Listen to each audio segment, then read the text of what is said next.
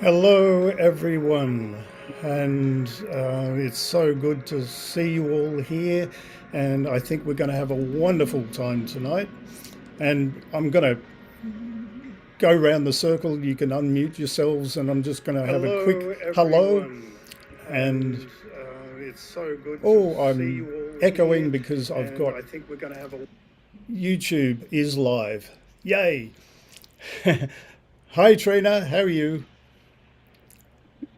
Hi, Michael. So happy to be here and with you all from Beyond Being Human. I'm like so excited. Yeah. And Rebecca, hi. Hi, it's wonderful. Thank you for the invitation. It's good to meet everybody. Yeah, my pleasure. I mean, I'm so glad you could come. And Patricia. Oh, thank you, everyone. Thank you, Michael, for this invitation to come tonight. Oh, we just met yesterday, and here I am. Oh, this is so exciting. Thank you. Yeah. And Goldie, my co-host. Hello, everyone. Nice to see you all here. It's the middle of the night here in England. And Yeah. so I'm going to have to whisper a little bit because the people in my house are all asleep. But I'm so happy to be here with you all. And Mary, we're going to start off with you, and thanks for coming. We haven't seen each other for, what is it, 3, 4 years maybe? About And 3 or 4 years, yes. yeah, you were on the very first discussion panel that we had about paranormal and versus multidimensional. Yes, Um, or, yeah. yes, So yes. please, everyone can mute again, and please open us with a prayer. Absolutely. Thank you for the opportunity. Creator of all that is, in this time of great confusion, we come before you with heavy hearts. The world feels shrouded in a darkness that seems to grow with each passing day. We see conflict, we see division, we see suffering, and it's so hard to find a path forward. So we lift up our world leaders to you. Help them to see the divine spark in every living being, to understand that they hold the precious creation of God in their hands. Please provide them with clarity and wisdom that comes only from a higher source.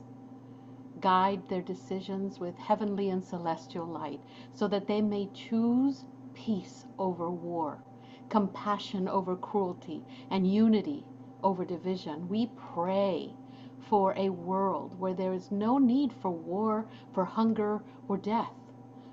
Just remind our leaders that their time on this earth is not eternal, and that their greed and ego that they cling onto so much will not follow them. Help them to understand the true eternity is found not in power or possessions, but in the hearts of those they love and the positive impact that they have made on the lives of others. May our hearts be open to see the world not as it is, but as it can be, a reflection of pure love, and strengthen within us the power of compassion so that we may reach out to one another, not with judgment, but with empathy and with understanding. And let kindness be our authentic language, a gentle force that mends broken bonds and heals wounded spirits. We ask for galactic and ancestral guidance and healing across all dimensions and timelines. And we ask our galactic peace ambassadors to make their presence known so that a positive shift is achieved for the world to know we are indeed going to get through this. May the wisdom of those who have come before us and the vastness of the cosmos help us to remember our interconnectedness, and we offer our unconditional gratitude to this earth, our sacred home, for continuing to love and protect us. We thank Pachamama for every breath we take, every drop of water we drink, and every harvest that sustains us, for allowing us to build shelters from the elements, her elements, for allowing us to walk over her belly as she hugs us within her core. May we in turn become her compassionate stewards, protecting her and all her creatures with the same love she so freely gives. Heal the wounds of the past and the present so that we may create a future filled with peace, love, and understanding. And so it is.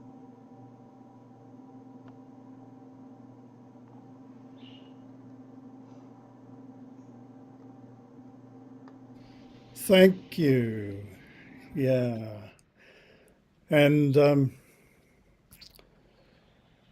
just doing that. Okay. So now, Goldie, would you like to add anything to that prayer? But I'm also going to pass over to Robin in a minute because I think she'll do a much better job at Welcome to Country. Since we've got so many Australians here, I think it's very appropriate that we do a Welcome to Country. So will I speak first or will we hand to Robin first? Oh, we can I'll go speak to first. Robin if that's okay, Robin. Okay, Robin? sure. Yeah. I won't do a welcome to country, Michael, because that's not my place. I'm not a traditional custodian of the land here where I am at the moment. I will offer an acknowledgement of country in a way that's close to my heart in this land, in Australia, for those of you from other countries. I just invite us all to take a moment to take a deep breath.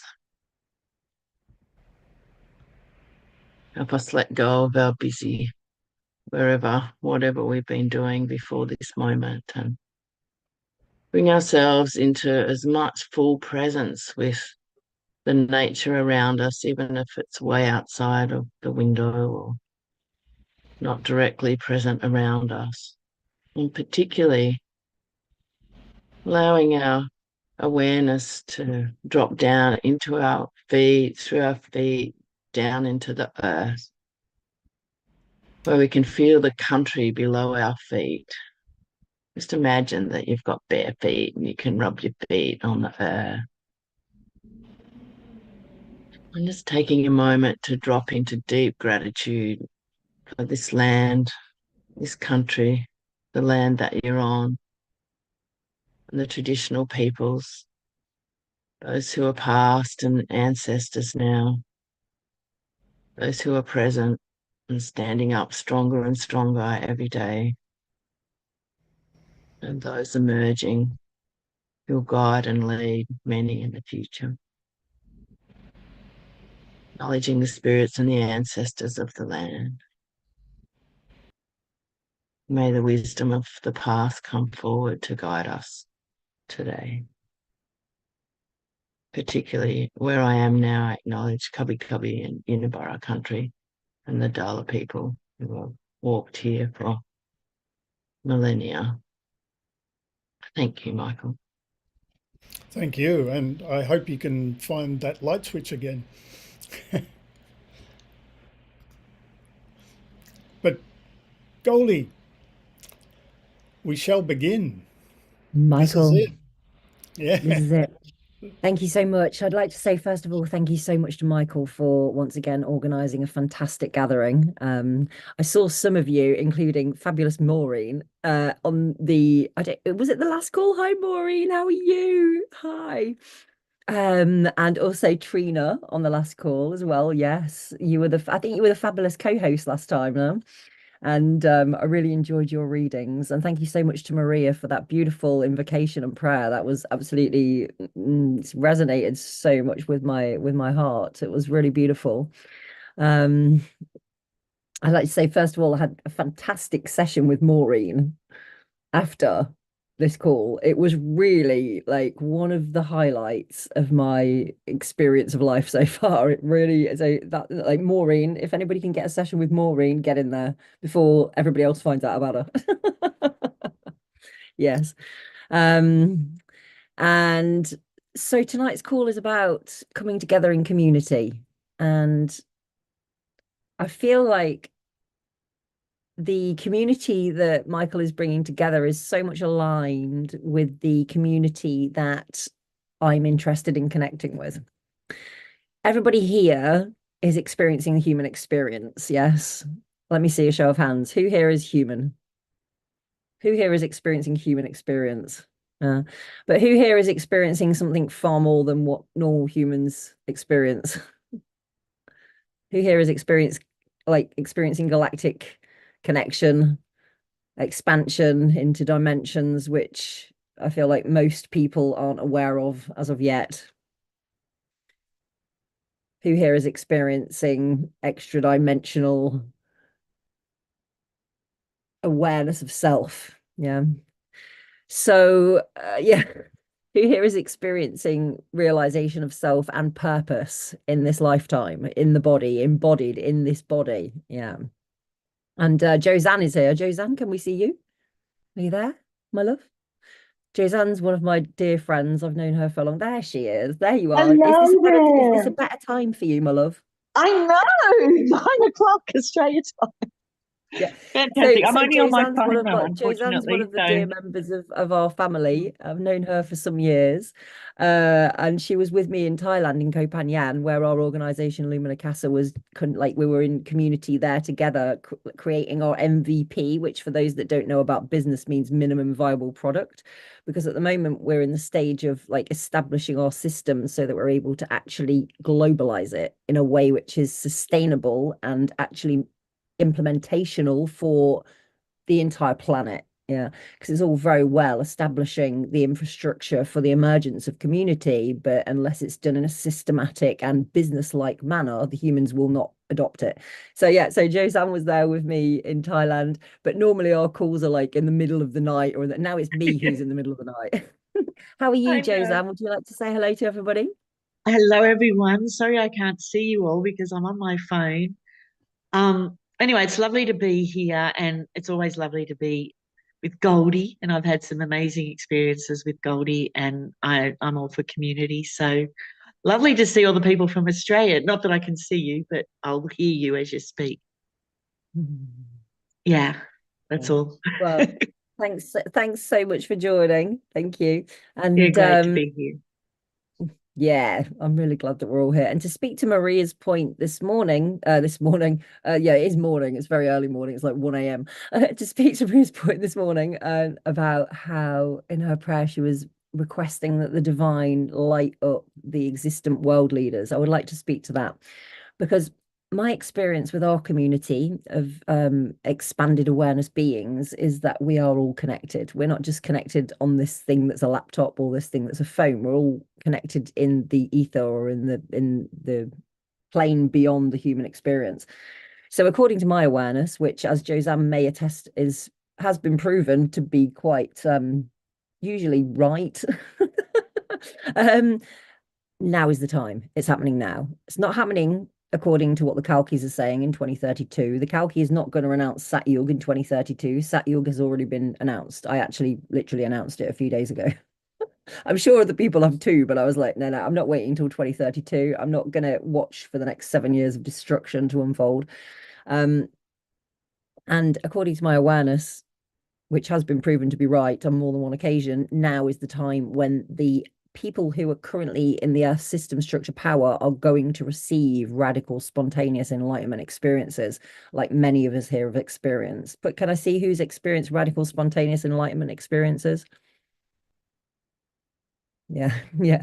Okay, so if all of us could experience that, so too can Bill Gates, so too can Putin, so too can all of the people who are currently causing discomfort and these things in the existing world system structure. And according to me, that is literally what's happening now. And what we're going to see now is the return to the original blueprint of community, of the creation. Yeah, because the creation is made up, as we all know, from the original blueprint, which was designed by us at the point of the creation.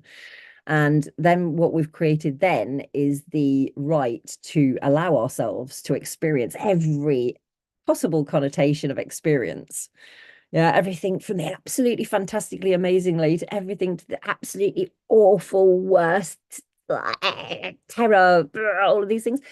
And as the monk on the top of the monastery hill in Burma at 4 a.m. in the morning used to poke me with a stick every day and say, it's just for experiencing only, you know? So it's time for us to stop taking everything so seriously, realize it's just for experiencing only, and just give gratitude and praise and thanks that, according to me and according to what I see actually happening around me, because I don't subscribe to Human Earth channels, I don't watch what's happening in their news, I don't look at what they're doing. It's not my business, according to me, to know what those people think. What is happening, according to me, is that we are now experiencing radical transformation of awareness of consciousness on a literally planetary and galactic and like not just our creation, but like multi-creational scale. So I would like to say so much gratitude to all of you here, the way showers, the light bearers, the pioneers. Yeah, the ones of you who have been here on Earth doing this work, performing your purpose for years, whilst there was nobody around you supporting you, while you were the only one that knew anything about all of this. I salute you. I really do. Thank you so much. And please know a message from me is that we have succeeded and we will soon be enjoying ourselves in joy back in the original version of the creation which we intended, which, according to me, is heaven on earth, Shambhala, peace, joy, prosperity, purpose for all beings. And thank you all so much for listening to me, and welcome. Thanks, Goldie. Excuse me. Thank you, my love. Thank you so much. Now I've got a frog in my throat. And I would like to play Zenka's video now. Zenka Caro runs an organization called LightNet, which she'll talk about in this video.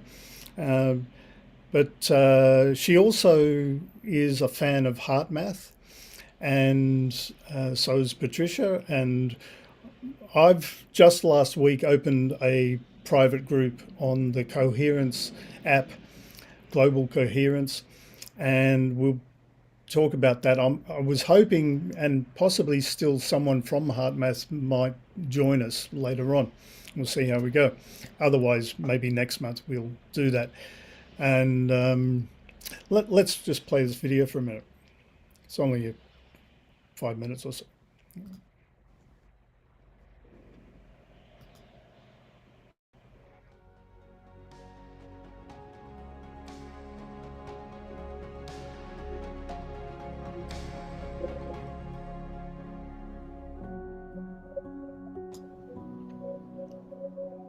Hello, everybody. My name is Zenka Caro. I'm founder of LightNet, where we are a community of people that make the impossible possible. I want to take a moment to set our group intention on Michael's film, Beyond Being Human, and his life's work. And I was thinking about that question, what does it mean to be beyond human? What if we're human plus something else? What if we are only partly human, right? So as we take a moment together, we put our hand on our heart, because HeartMath has taught us that that's the fastest way. We're going to take a 5 breath. 5, hold. Breathe out. One more time, in 5. Hold.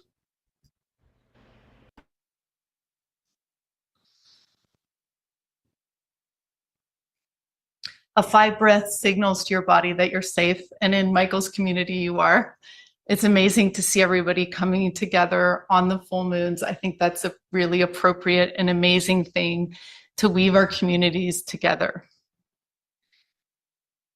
Thanks for coming, Zenka. It's great to talk with you again. I was curious to know a little bit more about LightNet in general. Like, you've now been running for quite a few years. You've had a number of people coming in and out and growing exponentially, I would imagine. Tell us a little bit about the history and the deeper purpose of LightNet, please.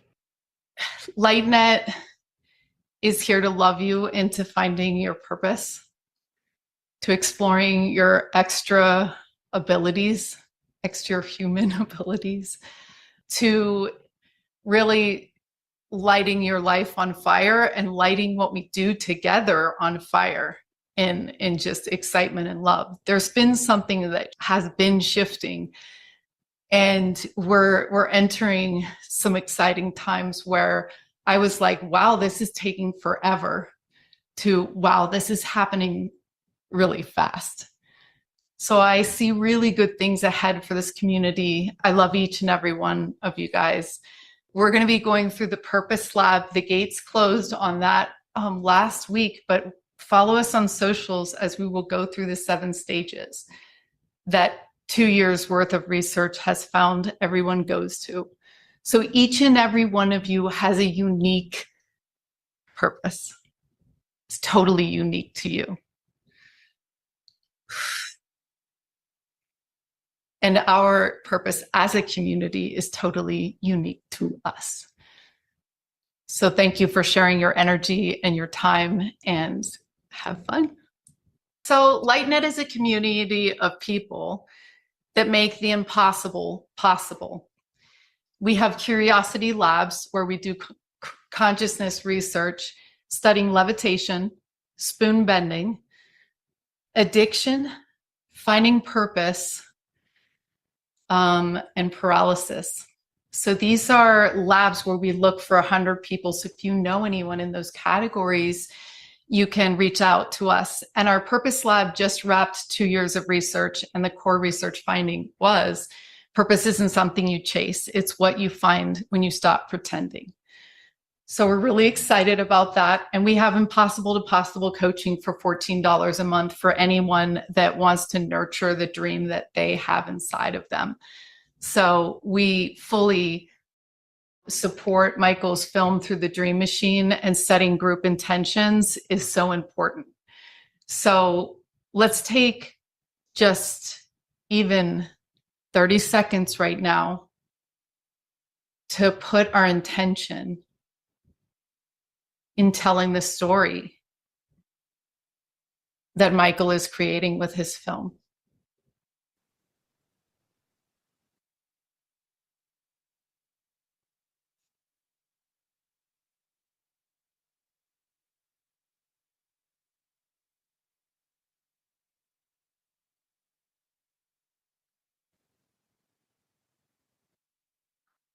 Michael, it is our intention that you flourish and that your film gets out in the world like we know it will. So keep going. We love you. And thank you for bringing together the community to keep up to date, because things are moving very quickly. So love to everyone for everything everyone's working on. Yeah. And thank you. And I always look to you and LightNet as being like a definite alliance, as with Rebecca Hardcastle-Wright and her Institute for Exo-Consciousness. I mean, that really, both of the organizations that you have speak to the essence of Beyond Being Human. And as everyone knows by now, it all began with an angelic encounter, and the inspiration for everything that I do, including the full moons and the exploration of particular topics, which you're going to be seeing a lot more of. And that's going to relate back into what you're doing. So thank you again. That's fantastic. Yes, yes. Thanks for all that you're doing, Michael, to ask this huge question. What does it mean to be beyond human? I want to know. Let's do this thing. Love to all. Ourlightnet.org. Yes. Yeah, she's been such a good support and friend to Beyond Being Human over the last few years. In fact, we have tax deductible status through her foundation. So if anyone would like to make a donation, you can get a tax deductible receipt, and all the information about that's on the website. And just a quick plug, if you would like to be a member of Beyond Being Human, just go to beyondbeinghuman.org/membership. Nice and simple. Anyway, moving along, I think now, actually, since we mentioned HeartMath, Patricia, would you like to talk about what you're doing and weave in HeartMath at some point? I'd be happy to, Michael, and I thank you for this invitation again. Like I said, we just met yesterday, and I was so delighted when he invited me to come and join you. And it seems like, because this is about community, coming together in community, that this fits right in with what I would like to share with you. So this is something new, very, very new, and it's based on the fact that I have received over the last 26 years messages from Spirit, what I call divine downloads, that are meant to assist humanity in awakening. And I started meditating in 1977. So I got divine downloads, but the ones that came in the last 26 years, 3 of them were very impactful, and they were meant for more than just me. So I have synthesized them into one simple practice called the Divine Two-Step. And the Divine Two-Step is this. Step 1, aligning our minds with the divine all the time, while step 2, anchoring to the feeling of gratitude in our hearts all day, every day. And Michael, if you want to put that slide up, that would be helpful. So let's take that apart. Because it's, here's the deal. My background is as a meditator since 77 and studying sacred spiritual laws and metaphysics for decades, and a 16-year career in energy healing. And of course, these 3 messages from Spirit. So combining all that is what I came up with, this really knowing, I know this to be true, that it's all about the energy. Everything is energy, and therefore everything is changeable. It is the frequency at which we most consistently vibrate that outpictures in our lives. And the higher the vibrational frequency, the more heavenly life becomes. So the big question is, how does one sustain that high vibrational frequency so that we do create heaven on earth? So we do create heaven on earth. And those 3 messages I received from Spirit, it identifies actually in the 3rd message how we are essential in the process of what's created here on earth, and that we are born fully equipped to create heaven on earth. And we'll go into that next month, because I'll be coming back then to talk about those 3 messages from Spirit. But now, the Divine Two-Step. The Divine Two-Step, I told you what it was, aligning our minds with the divine all the time while anchoring to the feeling of gratitude in our hearts. Well, aligning our minds with the divine all the time. You notice I say divine because I heard a spiritual teacher say once, it's not that people don't believe in God. The problem is what they believe about God. So by saying divine, it leaves it up to the person to bring to mind what the divine is for them. So there's no exclusion here. It's all inclusive. And I don't know if any of you have heard of Emmett Fox. He was a mystic, a minister, author, very well-known speaker, had quite a following, and he coined several phrases, one of which was called the golden key. And the golden key can be condensed down into one sentence, and this is it. Stop thinking about the problem, whatever it is, and think about God instead. Now, Emmett Fox didn't know anything about energy fields, and he didn't know that energy follows thought, and he didn't know that whatever we focus on increases. But he did know about oneness, and he did know about spiritual law. And he guarantees, and I can vouch for it, that just that practice of keeping our minds on the divine all the time, aligning our minds with the divine all the time, that he was talking about. You don't have to have a problem. You can just align your mind with the divine all the time, and it will change your life. It's creating a high vibrational energy field. And the more you focus on the divine, the more divine, more heavenly appearance conditions create on earth and in your life. So the second part is anchoring to the feeling of gratitude in your heart all day, every day. So that's anchoring. Well, heart math. Heart math for 30 some years has been scientifically proving how we can gain states of coherence between the heart and the mind in several breathing techniques that they've identified. And at the core of those, every one of their breathing techniques is heart-focused breathing. Well, when you anchor to the feeling of gratitude in your heart, you naturally come into your heart. And it's as if you start breathing in and out of your heart. So by doing it all day, every day, you are building this resiliency of coherence by linking your heart with your mind just naturally through heart-focused breathing. And you may be asking, why gratitude? Well, gratitude is the parent of all the emotions. Gratitude births love, joy, peace, unity, and oneness.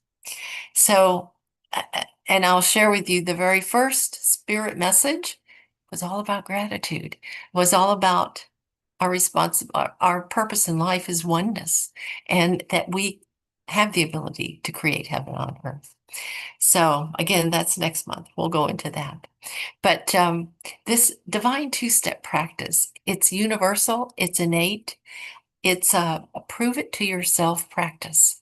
There's no leaders in this except everyone that becomes a divine two-stepper becomes an influential leader, because what you do is when you adopt the practice, you'll see the transformations taking place in your life, and the lightness and the vibrational frequency that you'll be emanating, and it enhances it, it raises your consciousness. You begin to perceive things differently. You're emitting this high vibrational field that then synchronizes globally, because energy is unbounded. So it synchronizes globally, and it's lifting the planet at the same time it's transforming your life. So without even knowing it, people are being affected by it, especially those closest to you. But it really is global in what it will do. And when enough of us are doing this divine two-step practice, oh my gosh, the synergy that would be created globally is phenomenal of what it can do. Recently, someone said to me, after learning about this divine two-step, and this was just Monday, he says to me, oh my gosh, I love this practice. It's deep enough and wide enough for everyone. And I thought that was phenomenal.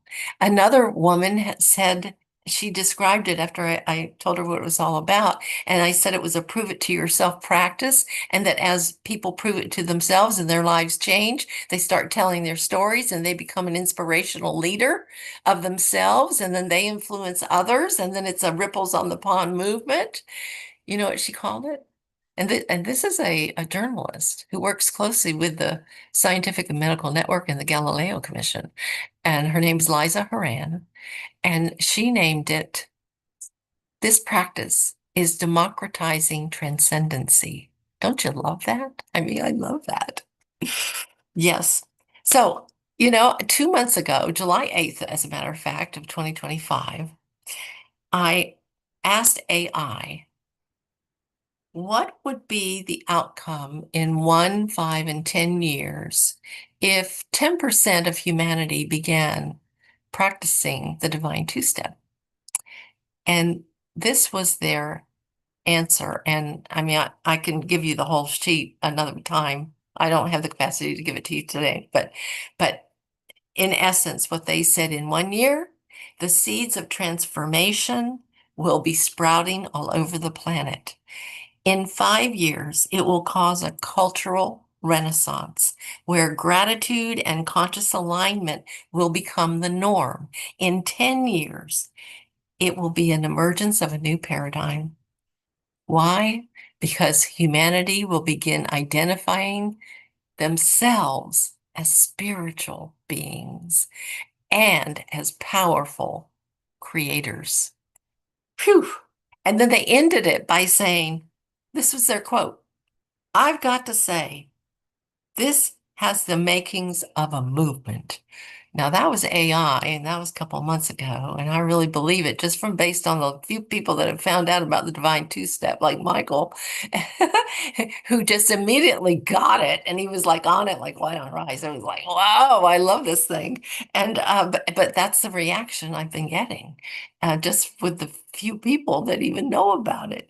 So it's a dance, it's an energetic dance of combining these two steps. And it just raises one's vibrational field. If you're consistent with it, it starts raising your field. Your whole life will change for the better.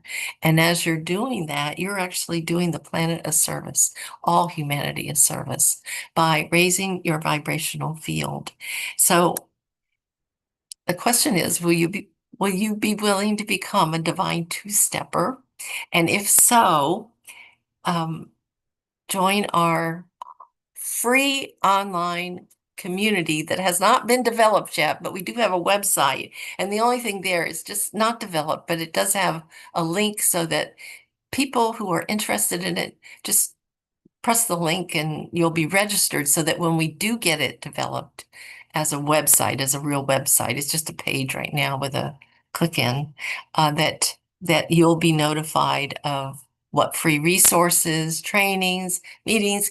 This is for all these divine two-steppers. Each leaders in their own right can come in and share their transformational stories on this website, that everything will be free and that we will know each other, learn from each other, grow from each other, and get the word out. And as we get the word out, like pebbles on a pond, ripples on a pond, this movement will just grow and grow and grow. So, other than saying that this is a ground floor movement, it needs everyone to participate in terms of not only energetically doing the practice, but I need your talents, I need your skills, whatever. I mean, it needs to be the website professionally developed and graphically designed. I don't have those skills, and we're not funded by anything. This is like, grassroots, ground floor. So, but if you're interested, please go to divine two is the number two step.org. And I think you might have to put the https:// divine2step.org to register. So thank you, Michael, for this opportunity to share this with everyone. And I hope that you are inspired to help all of us create what this can be. I think it's paradigm shifting. That's what AI thought too, just 2 months ago. So, thank you. Yeah, thank you. And yeah, it's just so great that you've put it into a practical kind of thing and via inspiration. And, for me, I've said this a number of times, like the initial messaging and inspiration that I got from the angelic realm, not only came inspiration a bit later, but they gave me the words beyond being human. And it's like, what's that mean? And I had to really kind of go into it and think about it. But the urge was that they wanted to raise the level of conversation and awareness about our multidimensional nature, but also nurturing our divine spark. And those two things you're encompassing in divine two-step as well, sort of. But yeah, I think ultimately that is what has led to this sort of a meeting, where all of the communities can gather together, share their commonalities, grow together. And yeah, we need to raise the level of spirituality in the world generally. And I hope that happens. I'm sure it will, of course. But yeah. Can I say one more thing about heart math? I just found out today, actually, I just renewed my membership because they have a membership drive going on starting today. I think it's till the end of this month in September, but there's lots of free things they're going to give you if you just renew. And it can be, you name your own price to renew annual membership, or you can become a sustaining member for as little as $5 a month. So it's such a fantastic organization. We learn so much through HeartMath, and I just want to mention that. Thank you. Yeah, and I will probably play one of their videos at the end of the whole call and go to the website.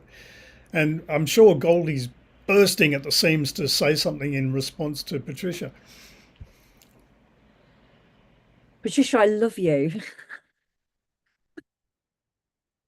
Thank you so much. I mean, like your enthusiasm and your effervescence and your just complete joy in what you're bringing is completely contagious, isn't it? I don't know who else here felt it. I was just like, I could literally feel the joy rising in my system as you were talking about this, and I'm in. Like, sign me up for it for sure. And this is the thing, you know, it's like when you bring your joy, when you follow your joy and you realize your joy, it doesn't matter if you've not got a professional website. It doesn't matter if you don't have any idea what it really is. Once the ignition of joy has happened, joy then is the driving force. So I've got to be quiet, otherwise I'm going to get too joyful and my housemates will shout at me. Joy is the driving factor of the forward motion of the transformation, you know. So thank you so much for whatever it is that you're doing over there, and I will definitely be joining the Divine Two Step, and I like, yeah, we'll see what we can do to assist you with whatever it is that you need to receive, because the organization that I'm playing a part in grounding is called Lumina Casa, and we've got some sacred system technologies which are designed to be able to facilitate the emergence of your heart's dreams. So now you've realized about Divine Two Step, this is your heart's dream, you want to bring it to the people, it's your passion, it's your joy. Yeah. So my passion and my joy is to bring the systems that will allow you to be able to easily implement that into the earth system structure. So it will, we're in the process of like actually physically creating it now. The back end is done. We're between 8 and 15 years worth of development. Now we're just at the point where we are creating the user interface so that people can actually interconnect with it, because it's very tricky. It's really picky about who it allows to interact with it, because you have to be really aligned with your heart stream, otherwise it won't let you play with it. But people like you, my love Patricia, you'll be able to like log in it will authorize you as being aligned with your heart's dream, and then it will literally provide you with whatever you need to be able to actually realize your heart's dream in alignment with the divine plan, in alignment with the return to the original blueprint of creation. And it's so true that when we follow our joy, we find our purpose. And this, for me, I think I feel most of the people here are already extremely aligned with their purpose. Is there anybody here who's still feeling very lost? No, everybody's feeling quite aligned with their heart's purpose. But we're so blessed, you know, we're so blessed. Most people on earth have no idea what their heart's purpose is, what their real being is intended for on this planet.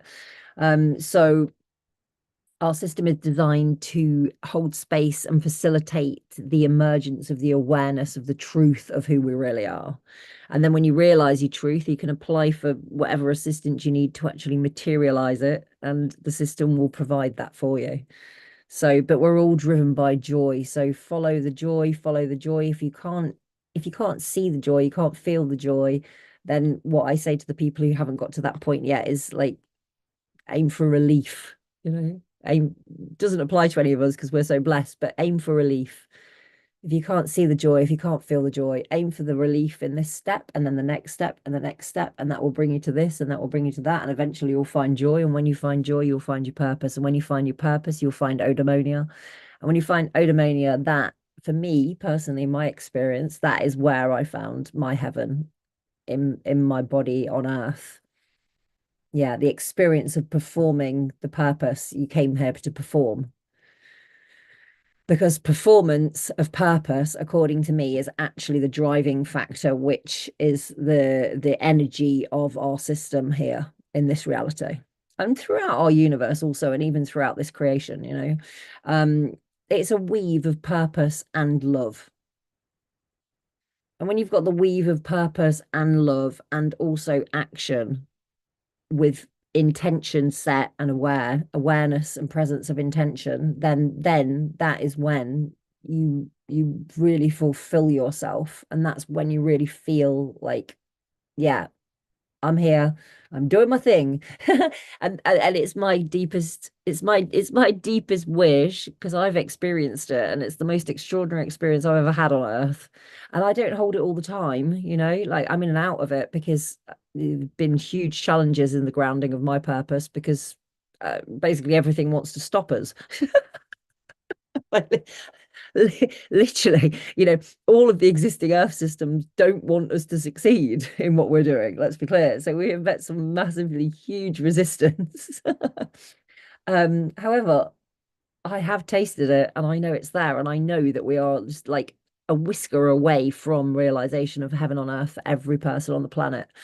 So thank you again. Thank you, thank you, thank you. Thank you, Patricia, and thank you to all of us, because I know everybody here has been doing that. And I would love, love, love, love, love now, if it's possible, Michael, I hope I'm not taking over, if we can hear from Joe, because I did hear your interview with Joe, and I know that he's doing some really awesome work, creating community and sharing love and sharing like the vision of heaven on earth.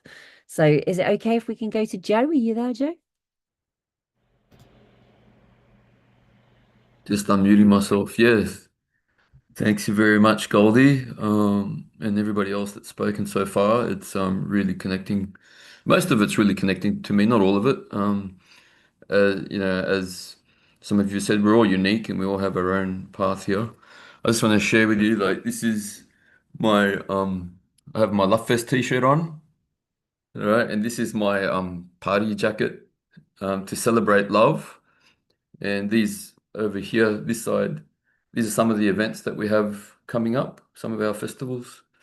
So Love Fest it's a festival of love. So it's about love for self, community, and planet Earth. And at the moment, we're growing pretty fast.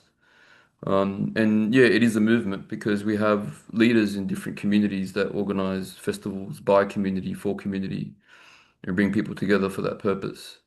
And we have about 15 or 16 different locations, mostly around Australia, and we also have New Zealand and Bali that has started up, that we've had one in each country of those so far, and we're continuing.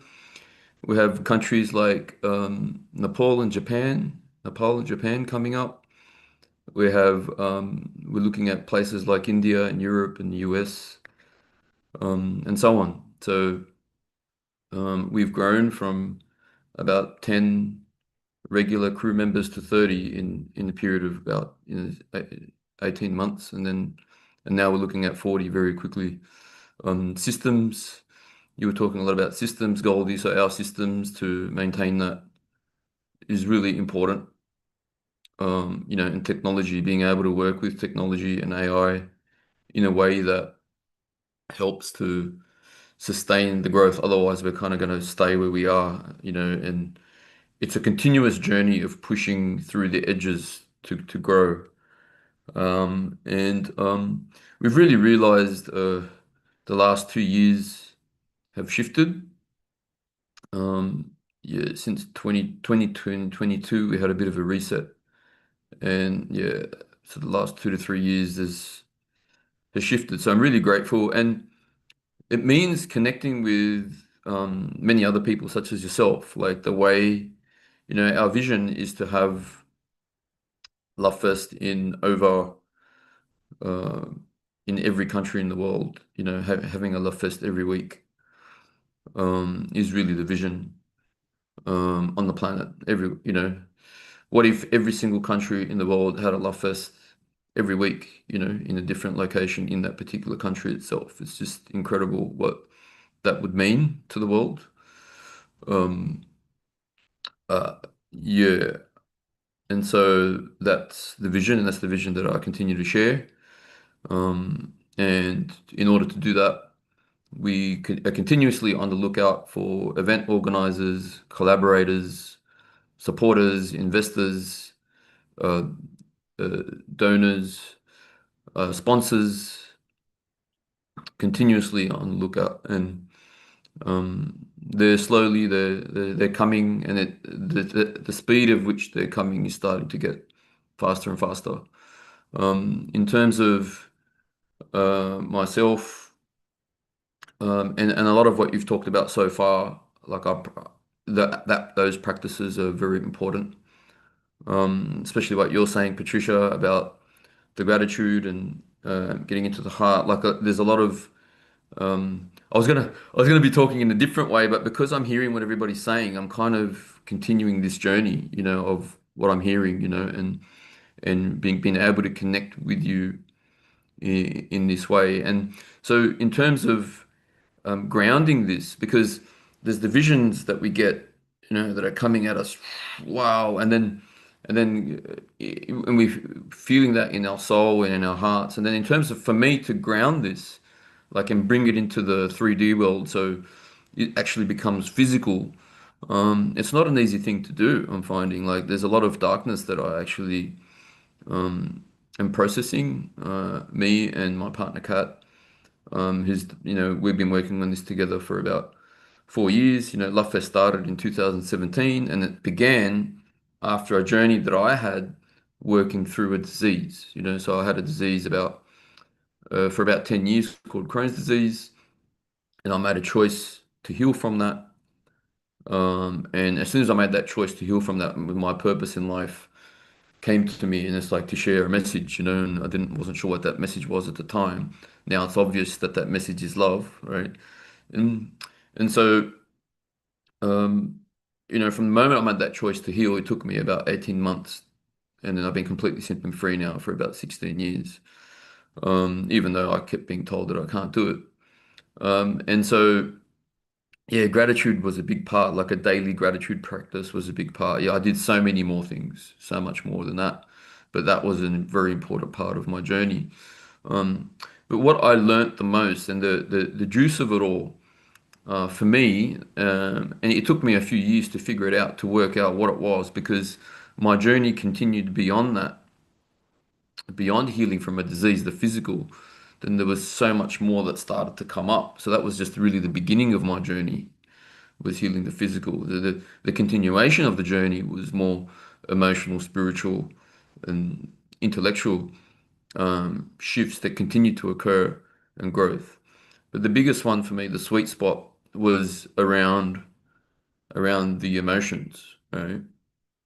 And how to bring it all back to love, back to my heart and back to love. And whenever I was able to do that, I found I was able to expand my consciousness, expand my reality, and more of what was coming through my heart to be created was started to happen. So my purpose in life, feeling that energy, energized, and the playfulness started to come out more. My inner child started to want to play, because I had been working through doing. It takes a lot of inner work, for me to had to work through a lot of the stuff that had happened in my past, to, especially as a child, to work through the trauma that might have been there. And the more I worked through those layers, and giving my inner child love, the more I was able to do that, the more I was able to just play and dance and go to the beach more. And eventually I started to sing. Like, who knew that? Oh yeah, I can actually sing, not that I'm that great I don't have a great voice, in comparison to others, I believe, but at least I'm able to just do that in public and not care, and dance like wherever I want, like a child, and not care. And it's just, so that playful energy gives rise to even more, to receive even more about purpose in life. So it's like, the more we're taking action on our purpose, the more we receive. And to receive, we need to play more. And then there's the healing too. So my journey through my emotions included, and the sweet spot was giving love to those darker sides of myself. you know so when I was, and it still happens to me on a regular basis. It's, pretty much almost daily, where a darker side will show up. And a lot of that for me was around shame and guilt, and allowing myself to feel that, and and just be with that rather than trying to run away from that and think, no, I'm perfectly fine as I am. I am, however, I am perfectly fine as I am. I am whole and complete as I am, with all of those emotions of the feelings and the thoughts of not being enough or not being good enough. And I'm not doing enough today. I'm not working on my purpose enough today is what was something that was showing up in the early days because I was doing a job that I didn't even like, for the money. And then every little bit counts. Just even if I had spent what I started doing is just spending 1 minute a day, 2 minutes a day, 5 minutes a day, and just growing that on a daily basis until it became, a continuous. It's just I'm doing it all day, most of my day now, where I'm working on my purpose now, pretty much. And so that sweet spot was allowing myself to feel and allowing myself to be with myself completely, all of the light and all of the dark. And by doing that, what that means is that I'm able to giving love to myself whole and completely. And once I can do that, and that is still a journey, it's a continuous journey, but once I'm on that journey, I have then the ability to give that to my family, people that are closest to me, my family, even though there may be moments of so much uncomfortableness to do that, just coming back with love. And if I can do that with my family, then I can do that with my friends, and then to the community, and holding space for community to do that. And darkness continues to show up because there is darkness in community too. And it comes to me. And it's a matter of processing that and coming back with love. And it's very uncomfortable at times. And then coming back with love and joy. And again and again and again. And then as a community, so the vision is, then as a community, we can give to the nation in that way. And as a nation to the whole planet. And at Love Fest, we have workshops to help people, to create the space for people to access all of these things that I've talked about, such as, it can be simple things like meditation and yoga and breath work and even ice baths, or there can be celebration through singing like kirtan, and there can be celebration through dancing like ecstatic dance, 5 rhythms dance, DJs, live music, sound healings as well, to bliss everybody out. And one of the most important things is our First Nations ceremonies. In Australia, it's a First Nations smoking ceremony. In some places, it's actually a First Nations water blessing ceremony. In Bali, it's a water blessing ceremony as well. We had priests from the area. In New Zealand, it's what's called a pōwhiri from the Maori people. So for us, our intention is to do this globally. A continuous practice of love and sharing love, and that's it. And have fun while we do that, right? Let's celebrate it. Absolutely. And yeah, I love your vision. It's just fantastic.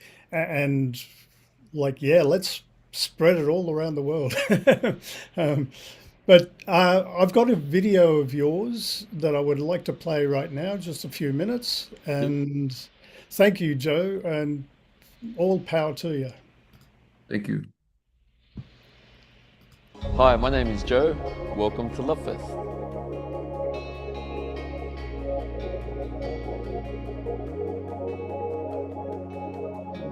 Love Fest is about love for self, community, and planet. What that means is that as we give love to ourselves and with our own self-healing and personal growth, we can then give love to our family. From there, we can give love to our friends and our community. And as a community, we can give love to the nation and the planet.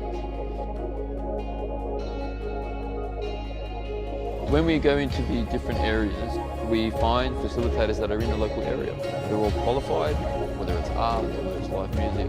They're very well established. Yoga, breath work, meditation, qigong, ice bath, live music, ecstatic dance DJs, indigenous smoking ceremony held by a local elder, drum circle leaders, sound healing, kirtan, authentic relating, face painters and fire performers. We also have market stalls, so people in the local area that are aligned with Lovefest hold market stalls. And this is all in a space that is sober. And the reason it's sober is so we can all be in the same place together, so we can really be in a space where we can truly connect.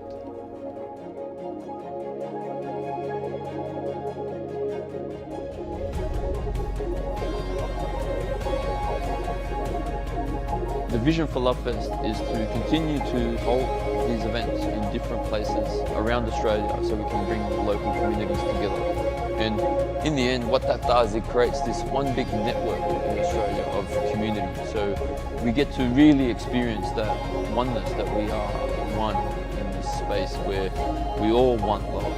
We all want to see more love in the world. And we're all doing what we can to bring more love in the world. Imagine tens of thousands, hundreds of thousands of people around Australia that are all connected from their heart space of love, and that are coming to these events, having this rich experience of love and connection that would just change, the nation completely.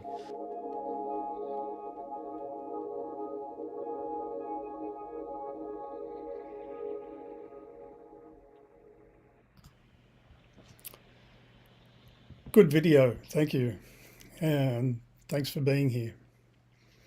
Thanks, Michael. I really appreciate the opportunity to share my message. It's an honor being here and connecting with all of you as well. And yeah, we're doing this together. We're sharing, spreading love together. So well done. We are. I'm wondering if anyone else wants to ask any questions of Joe, or statements or comments. I do. Joe, I was so wondering why me and you, or I connected with you for some reason. And I just wanted to, I'm going to talk more when it's my turn to speak, but I just want to say, Joe, 2017, I also started my business. So it's kind of interesting. I feel like there's a lot of synchronicities or similarities between me and your journey. So I'd be happy to sort of explore that at some point. But I just want to say, Joe, thumbs up. I love what you're doing. Thank you. I'd love to have a quick share, if that's all right. I've seen your posters around, Joe. It's fantastic and it warms my heart. About 15 years ago, I had a big download of something that's like a meta relationship process that I call the Love Feast.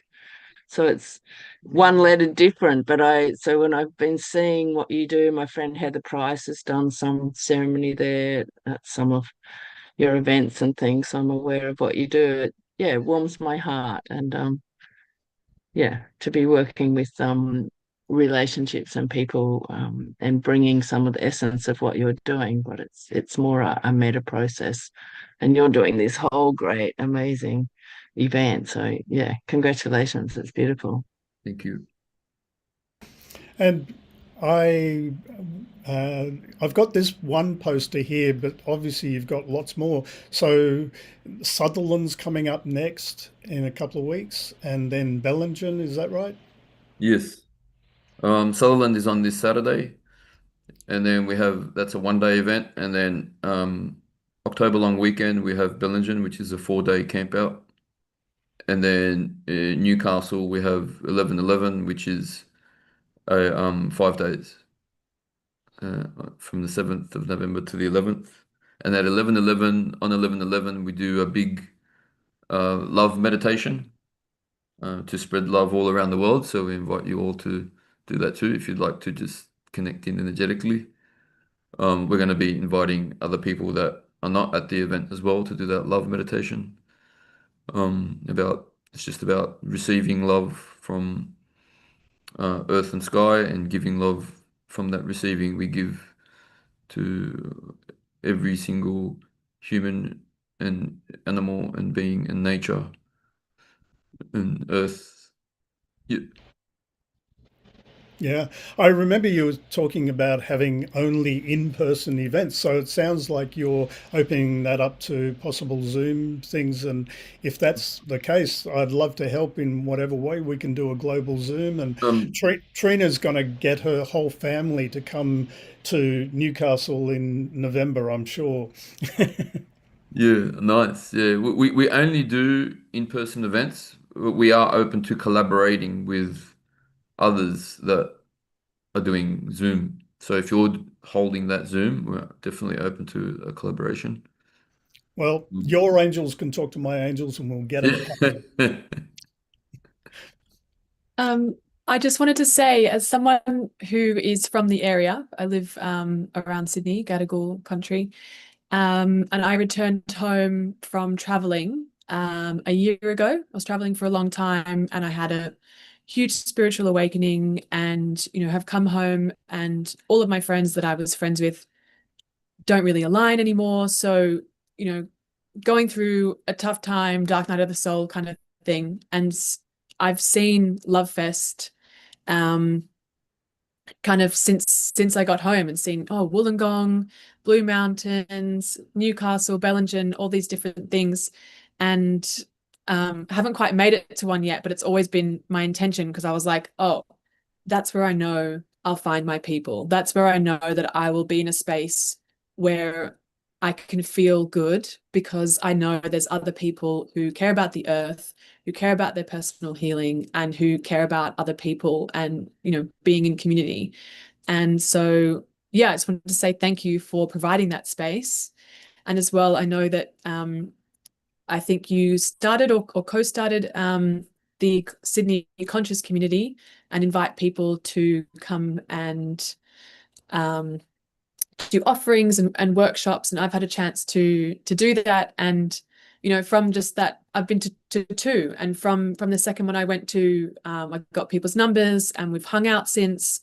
And again, I was just like, it's so great to, have like people plus the internet where you can actually find these events and, have these groups on Facebook and things like that. Just to offer that space, because especially when you're in areas like this and on this side of the galaxy, you it can be really difficult to find the right people and it can be very lonely. So just wanted to shout out that. Thank you. Thanks, Neve. Yeah, it's all about collaborations and supporting each other, like people that are in any organizations or people that are in where there's some similarities. We each are unique and have our own unique place in the world.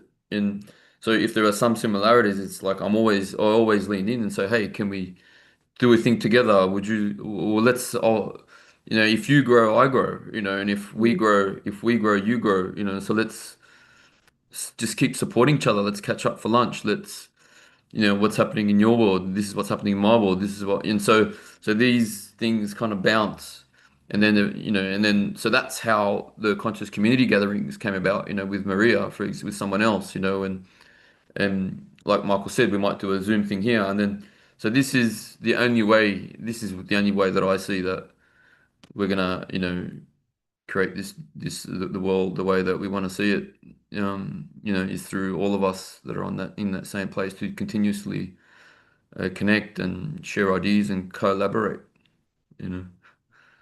Which really speaks to that concept of community. Like there's, community as in living in a community, but then there's also this kind of interconnected global community or place-based community, where people can be, sharing and supporting and leaning on each other, even if they're not necessarily physically together. And I think, yeah, that's just really, really beautiful and important and necessary. Yeah, thanks, Neve. And Maureen's got a comment. Is that right? And we'll then go back to Neve if you want to have more of a talk about what you do, and then on to Robin and Rebecca. We've still got quite a lot to go, and we've been here just over an hour now. I just have And a very quick thing to say. Obviously we're family, Joe. And also I noticed you're wearing in the clip you're wearing a t-shirt Cockatoo Dreaming. So you must know Linda Millen, Yes. and she's family to me Mm. and her boys, and they're coming through Vancouver this week. So I'll tell her, that I saw you and Yeah. met you today. Yeah, yeah. So Yeah. that's really quite fantastic. I love all the synchronicities, and I love what you're doing. I'm coming back to Australia, Michael, and everyone, for 6 weeks only. I was there 2 months last year, from mid-March to mid-May, but I'm coming, I guess, April to the middle of May in 26. And I'm going to the UK first, Goldie. I'm going for at least a couple of weeks. It's not all set yet. So I'm going on a magic carpet tour, and we're going to have a lot of fun making cosmic soup for our greatest, happiest selves, most nourishing for our joy. And so, yeah, it's going to be really, really fun. And so anyway, I just wanted to mention those things, and I'll talk about what's up next for me when it's my turn. But I just wanted to thank you so much for you. Yeah, thank you. Thank you, Maureen. thanks, Maureen.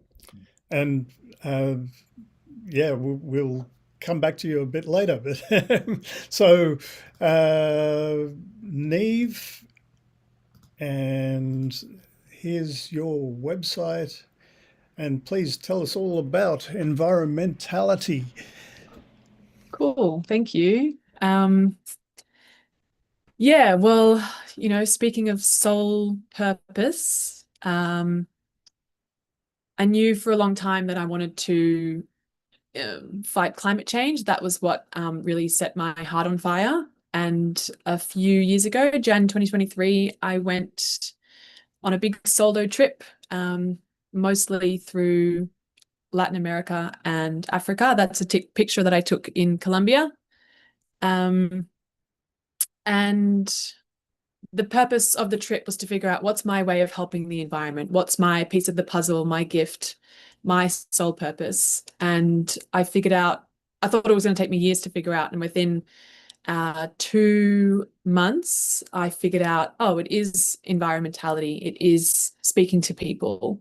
And so, yeah, environmentality originally was a way for me to communicate with people about the facts and the figures of, how to be sustainable and how to be zero waste and things like that. But it didn't quite sit right, because people have been sharing the facts and the figures about how to be sustainable and etc. for a really long time. And,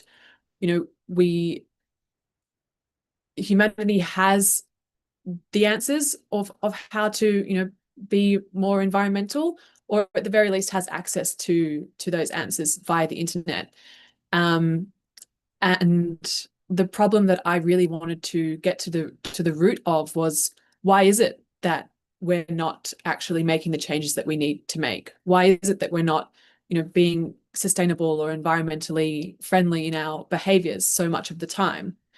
And so, yeah, I continued on my journey, continued traveling, and eventually, as I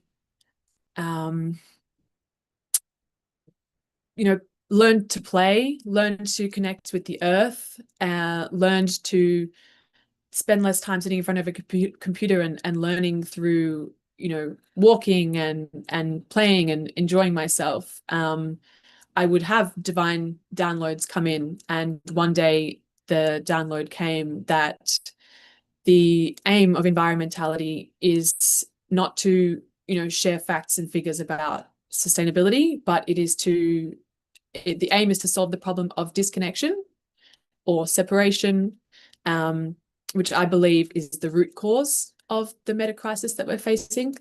And by encouraging reconnection to soil, self, and society. So exactly as you said, Joe, self, planet, and community.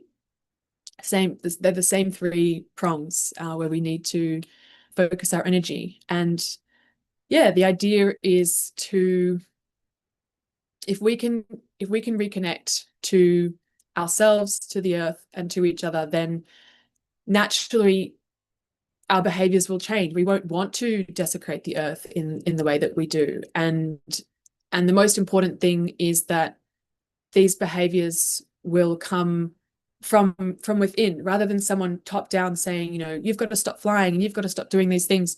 It's like it'll come from within. And you know, that's the kind of poster way that I describe it. As we all know as well, it's like, as you heal yourself, you heal the earth. And so there's kind of the mainstream way it can be described, but there's also that like inner knowledge that, you know, one will reflect the other. And each time that we, you know, release our traumas and heal ourselves and heal our relationships with each other, with the earth, with ourselves, then naturally things will improve. And yes, so that's what I do. Yeah, I'm going to leave it there. If you have any questions, I know that we have a lot to get through, so I will leave it there. And if you have any questions, go for it. Thanks, Neve. And we've only just met, and I haven't actually in person met Joe, but thanks for connecting me to Neve and Joe. And yeah, this is family growing as we move along, which is fantastic. I love it. So now I think if anyone else doesn't have any questions of Neve or Joe or anyone else, let's hop over to Robin, and let me introduce her really briefly with a photo which I shamelessly stole from your Facebook. I hope that's okay. And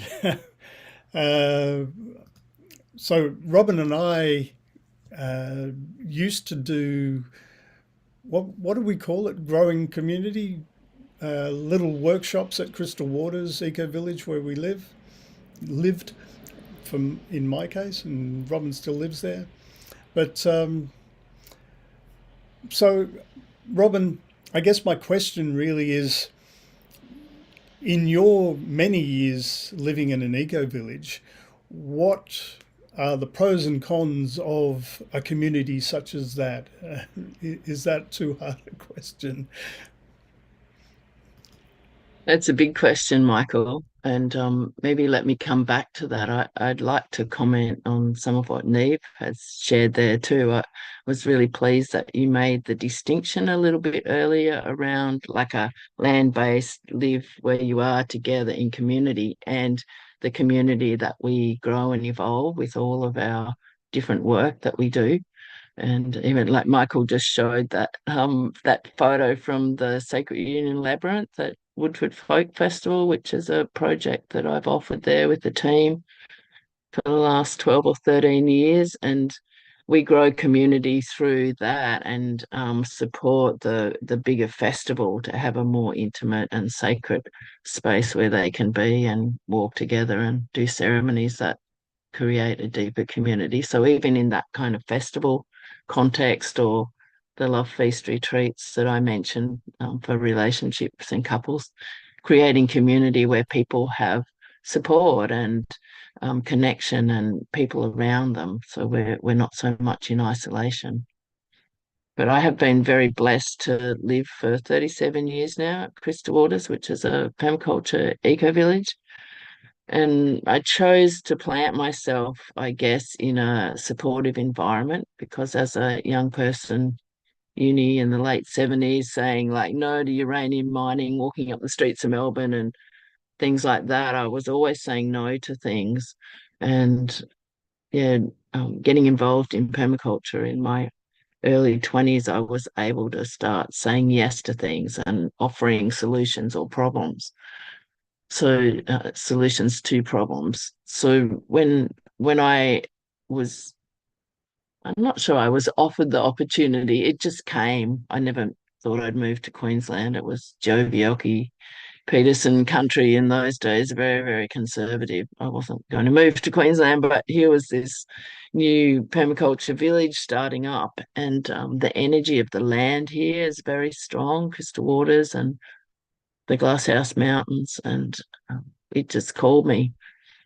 So for that period of time, I've grown my kids up here.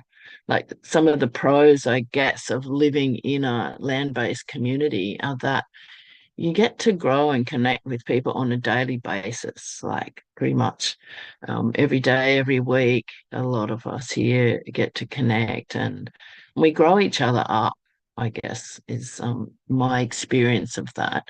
We grow our kids up together, but we weren't actually an intentional community. So let's get a little bit clear on that. Crystal Waters is an intentional village. And community happens through the people that show up. And not everyone shows up here. It's all freehold title. But there's so many things that support people to have a social life, to connect more deeply with themselves and each other, to support the land here.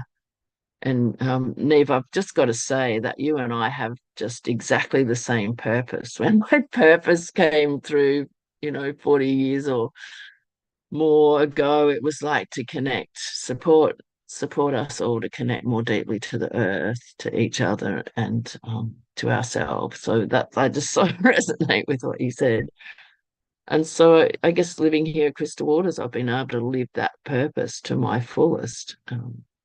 And courses and education, there's so much that can happen in community and in people connecting and living close together. And I guess I don't talk in terms of pros and cons. And Michael, you might remember doing Edward de Bono's PMI, plus minus interesting, that's rather than cons or negative, it's like just things that could be even better if we tweak them, and interesting things that help not have such a strong polarity between black and white and positive and negative. So in Crystal Waters, there's many pluses, there's many minuses, and there's many interesting things. And I guess some of the challenges is, how do we get along together? How do we stay in community, in our hearts, in connection with each other, when there's all kinds of different opinions and different challenges? We're all such individuals. I notice that community attracts strong individuals. So we bring our whole selves, and the shadow comes out, and, our childhood wounds, all of that get activated. And we've got something that's a bit up here at the moment that there'll be a community gathering about that next week. And sometimes I find myself in context, not just here at Crystal Waters, but I work as a facilitator in different contexts, and, like Michael said, run workshops in growing community and social design, and particularly around group facilitation, because I do have such a strong sense that when we're in community together in whatever way it is, be our organisation or our learning group or even sports teams, all of that, if we have some compassionate and strong guidance and leadership, that it really supports things to work a lot better. So to be facilitating, having turns at that, different ways that we can collaborate and make decisions together, that for me is more of a formula for us succeeding together and having a good experience and being able to grow together more brilliantly, really, to thrive rather than just be solving little bushfires of personality conflicts and challenges, to help us rise above that to the fullness of ourselves. I've got a bit of a framework that for me to live 40 years of doing group facilitation, really, I've had a lot of cause to reflect on what's actually worked for me, and what is it that I use to support people to go through a process to, design their group experience or grow their community from scratch, or people will ring me up for a consult, land-based community or organization that's working for a cause or a purpose, but they'll ring me up when it's kind of almost too late. It's like, can you come and help us do some team building and communication stuff, or we need to make some more decisions, and can you help us with that? And what I notice is that there's not been the foresight to set some solid foundations at the beginning. So if I were to, offer anything from my life's work and life's learning, is to really pay attention to our foundations, our connection to the earth, to each other, to our country, that deep connection to self that has our intuition and our awareness really able to be present with other people who are, hopefully growing more and more conscious. But to be aware primarily of our needs. What are our needs? If we're not getting our needs met, then people will often burn out, or they'll leave the group, or they'll act out. And also to, think about our principles, our ethics, our values, because if we know what ours are, if we work together to explore what the group's values and purpose and principles are, then we've got a touchstone. It's much easier for us to make decisions and to set our vision and our aims, because it's comes back to what our principles and ethics are.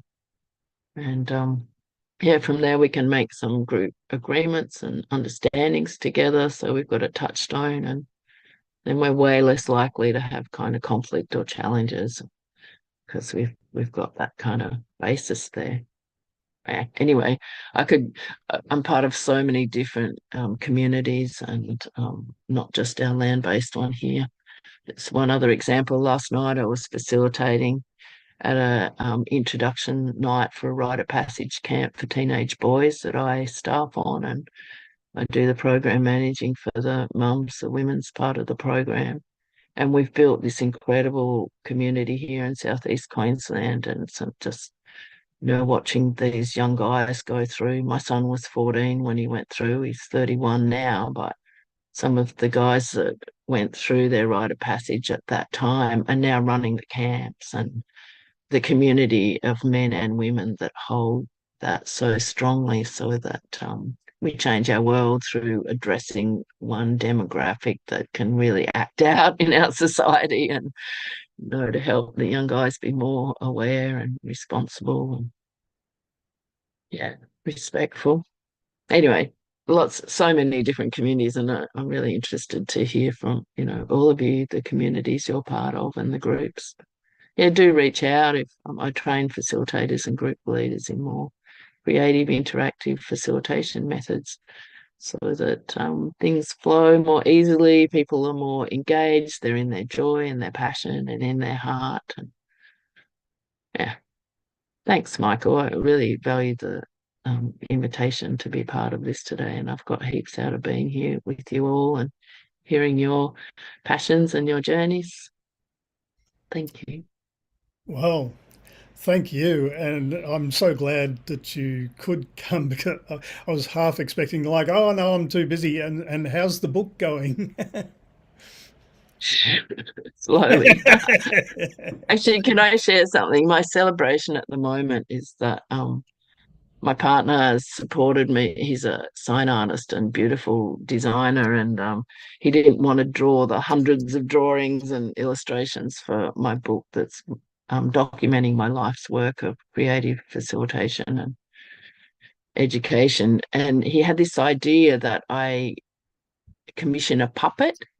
So at the moment, as we speak, it's nearly finished. So there's a puppet that's about 30 centimeters high. That's it's like this elven magician that puts together all the pieces of the puzzle of dynamic groups and dynamic learning. And it's being carved by this amazing puppet maker at the moment out of wood, and she's putting all kinds of jester clothes on it. And it'll be my little mascot that I can put in different positions and photograph to do all the illustrations. So a bit excited about that.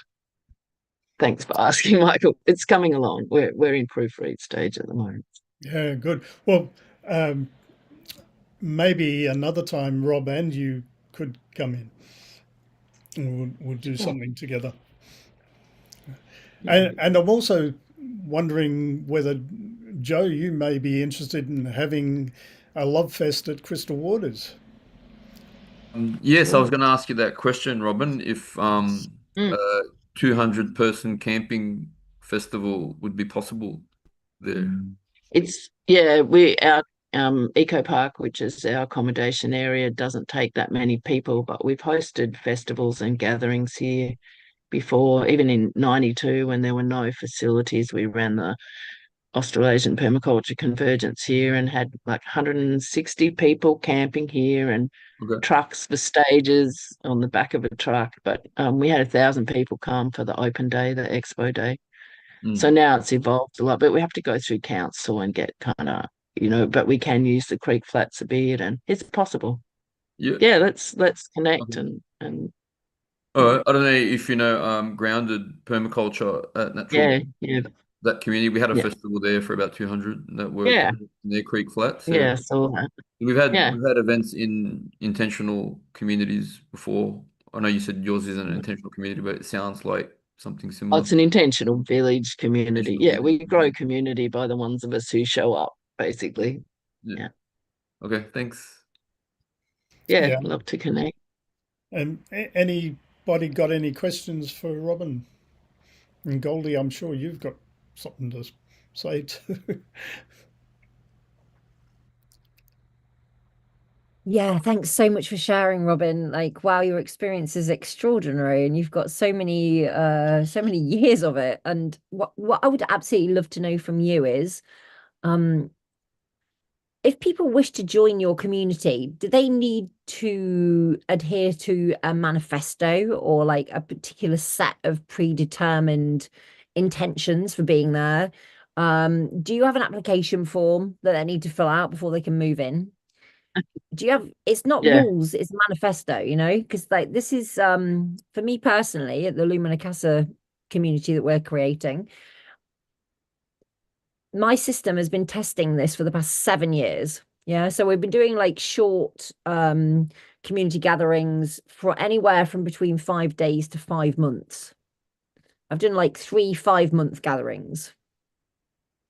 And what I've done from that is I've watched, received, and I hope learned something from it in terms of what works and what doesn't work in community, with the intention of applying that so that now we're going to be establishing the first like full-time grounded permanent forever home for our community. If you want to join us, you're very welcome. However, here's our manifesto. If you're not aligned with it, please go somewhere else. Do you have that at Crystal Waters? yeah, and it's a really interesting topic because I support people to design communities and things like that too. Please help Crystal us. Waters It, Crystal Waters is a freehold title community, which means everyone owns their own individual lot. So it's on the open market. So it's a bit different to like the intentional communities that happened all around northern New South Wales here in Australia through the 70s and 80s, where they have like full on agreement. You have to trial to go in. So it's hard to get in. You have to go through sometimes 6 months or a year of getting to know people, and then the community votes whether you can stay or not, that kind of thing. And Yeah. then if you want to leave, it's really hard to leave as well. And that's where lots of conflict happens and stuff, because someone's having to trial to get in. So, before that person can get out, and lots of conflict and stuff. Whereas Crystal Waters is easy to get in and easy to get out, which is not always ideal because pretty much anyone can buy a block here. But we do have bylaws. Our body corporate, which is looks after all the common land that we all jointly share in. It has bylaws which are things like no cats or dogs. So we have the most incredible wildlife here. If you ever want to see kangaroos and wallabies, you just we live in amongst them, the kangaroo families and the human families, and it's quite extraordinary. But that's only because we don't have dogs. No use of firearms. You can't cut down a tree any bigger than a certain size. We have to have our own rainwater tank. So there are some things But then it's easy for people to get out, so they just sell their land. But for anyone who's wanting to create a community or a eco-village, the best formula, and there's an example of it with a very small eco-village that's just half an hour away from here, and it's so that it's hard to get in, but it's easy to get out, if you think about that. So, and this community's kind of, yeah, they've come up with an idea to do that, which I could talk people through if anyone's further interested. I won't go on anymore, but yeah, it's a Well, big I mean, I topic, would love to Goldie. hear Yeah. more about that. So if we could connect, then yeah, I would love to invite your experience and expertise in the creation of community, which you've got in the grounded 3D reality, Yeah. as we move forward, because my personal experience is that we're not creating community, we're holding space for the emergence of the original blueprint of the creation community, Yeah. Having said that, in the current frequency that we are experiencing, it's extremely helpful to know where to draw the boundaries. Yeah. And Because oh, you go. carry on. Hmm? uh, how to move through together in the way that we have the most potential to thrive, really. And when I was talking about the needs and values and principles, and I've come up with this framework that's called Vision Tree Planning and Design Framework that I can easily take people through, those steps for any focus on community or business or book writing or designing whatever people want to design, really. But it's the social element. How do we do that together in groups and teams and organizations? Yeah. The focus that we have in our community is on harmonic resonance. So our system will only allow you to join us if you are harmonically attuned to the resonant frequency of the next invitation to join us. Having said that, we are all still operative within the third dimensional awareness system structure. So anytime anybody within our system is interacting with anybody in that, be it their parents or their family or friends or whatever it is, and then they come back to us, then they have been that frequency has been infiltrated, and then it's up to the people who are holding the frequency to bring them back into alignment again. So, I mean, according to me, we have two options. We either will completely coin the energetic blueprint for the re-establishment of the original blueprint of creation, which will happen in this reality, in this timeline now, or it will just revert to that. So I'm holding space for either and or. I'm totally joyful if it just does it, because quite frankly, I don't know about any of you, but I have been working and working and working for so long now. Like, if it just does it now, I'm like, I'm done. Like, I know I've done my thing. I don't have anything to prove anymore. I don't have anything to like try to achieve anymore. I know that there are still some amongst us who are still like wanting to try to do something or achieve something. A couple of my partners, in fact. I'm just like, oh no, let's just do it. They're like, oh no, but we still need to actually experience this transformation bit. I'm like, no, I don't need to experience it now. I'm just done. Just let it happen.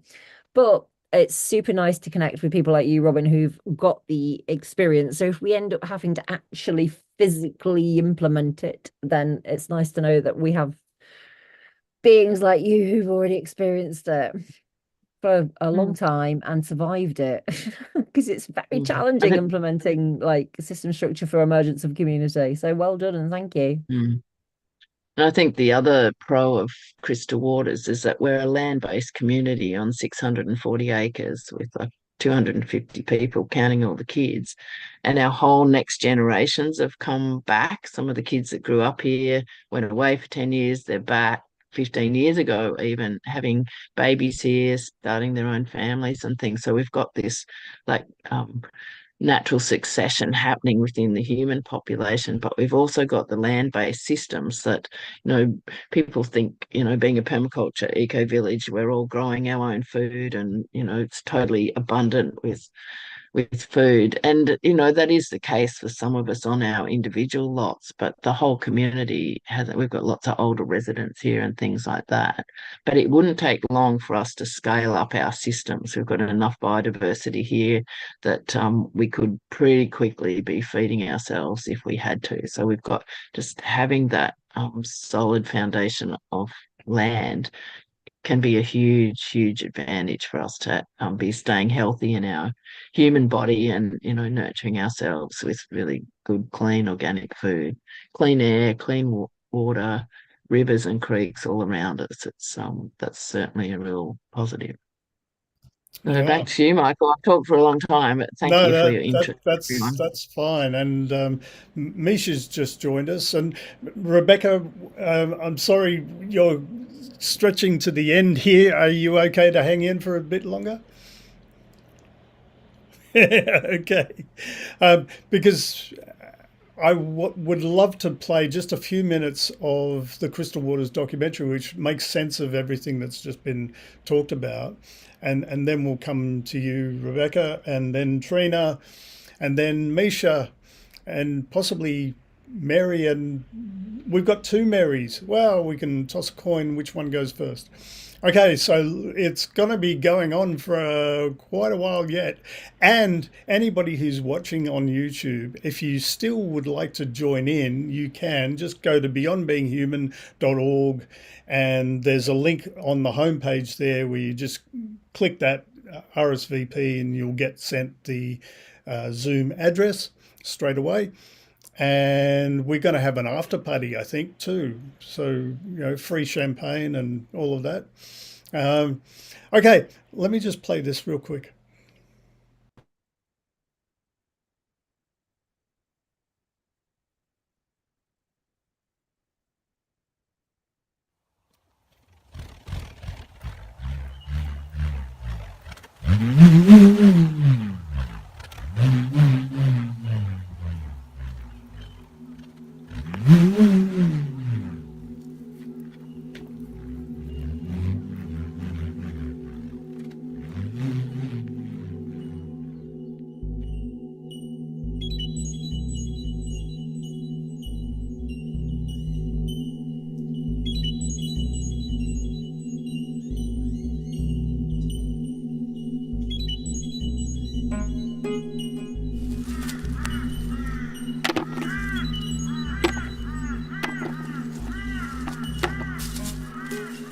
They've actually been here for a while. I haven't picked for a few days. And this is the nut. We started in '79 with the permaculture course, and then the first conference was organized by Hans Herkens and a few people.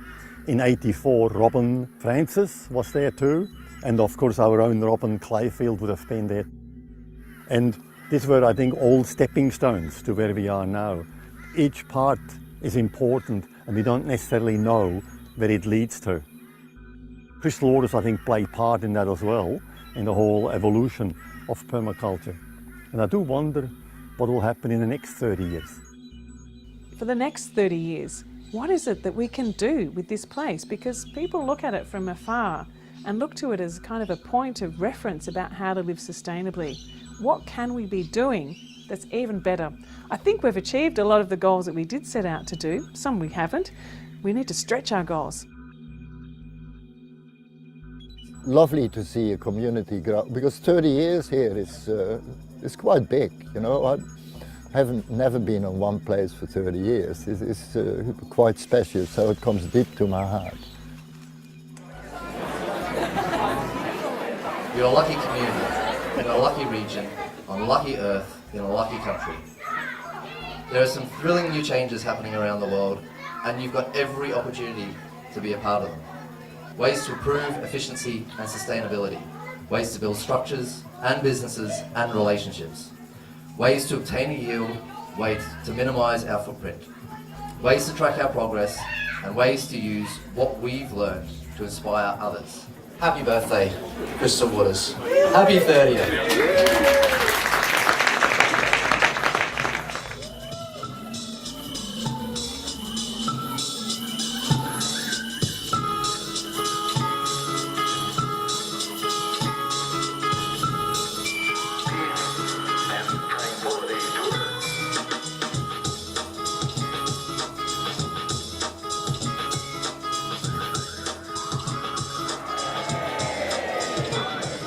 Happy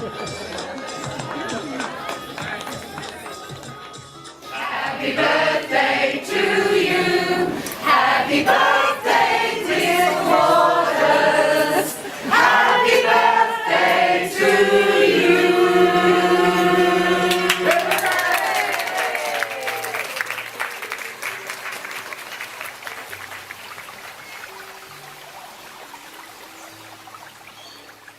Crystal Waters, known as the first permaculture village in the world, is a work-in-progress experiment in permaculture design, demonstrating areas of success as well as challenges yet to be resolved.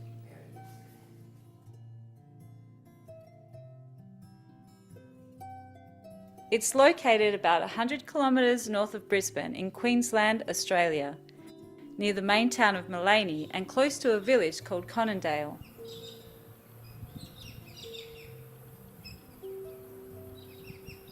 Still in its early settlers phase, this eco-village has over 200 residents, occupying 100 dwellings,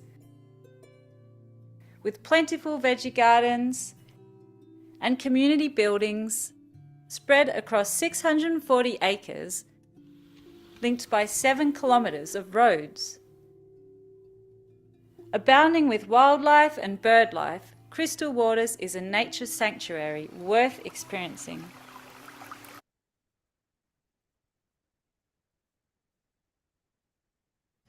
Thought you were going to show the whole thing there, Michael. Well, Was it long?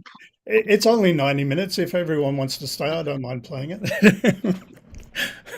But yeah, I actually haven't had it online available for a while because the platform that was hosting it, something went wrong with that, and I'm about to get it back online again. So yeah, but also if you're interested in Crystal Waters, go to crystalwaters.org.au, I think it is, isn't it? Yeah. Yeah. Anyway, so quickly now on to Rebecca, unless anyone's got any other quick comments before we move on. Yeah, I want to say a quick comment. So one of the things that Crystal Waters, are your eyes blue and narrow like together more? Because that means very logical. Crystal Waters just made me think of that, because I know lots of people here, because I've been noticing their face, because you always learn face reading first. Like whenever you learn metaphysics, face reading is first. Before you know their astrology, before you know their birthday, you look at their face. So blue eyes, narrow together, smart, intelligent, logical in the head. Now brown wide eyes, think of all your friends who have the brown wide eyes. Who's here today? Mark it in the chat. Brown wide eyes, that's like a Pisces flavor, a Taurus flavor, an artistic flavor. Oh, my dogs agree. Okay, that's all I want to say. Goodbye. Okay, so yeah, and we were going to get the astro update from you probably towards the end. I was going to do it in the beginning, but we had such a good prayer session right there. But anyway, now finally, let me introduce Rebecca, and that's one of Rebecca's websites, exoconscioushumans.com. And yeah, we've been friends now for, was it 5 years, I think, maybe even. Yeah, and we've done discussion panels and interviews and what have you. Over to you. And if I was to ask a question, you've probably got lots to say anyway, but please tell us about your exo-conscious community. Thank you, Michael, and thank you, everyone. I've come to the belief very strongly that nothing's really going to change unless we have community. It's not really, influencers aren't going to make it happen. Celebrities aren't going to make it happen. Communities are going to make it happen. So I really value this time here today. And I just want to thank Robin and Mary for their prayers. They were just absolutely beautiful. I don't know if Patricia's still here, but I've been a heart math practitioner for probably, I was sitting here thinking I'm maybe like 2005 when it was first founded in California. Um, I plugged into them, and it's really they do miraculous scientific and consciousness work. Is it okay if I share a real quick PowerPoint, Michael?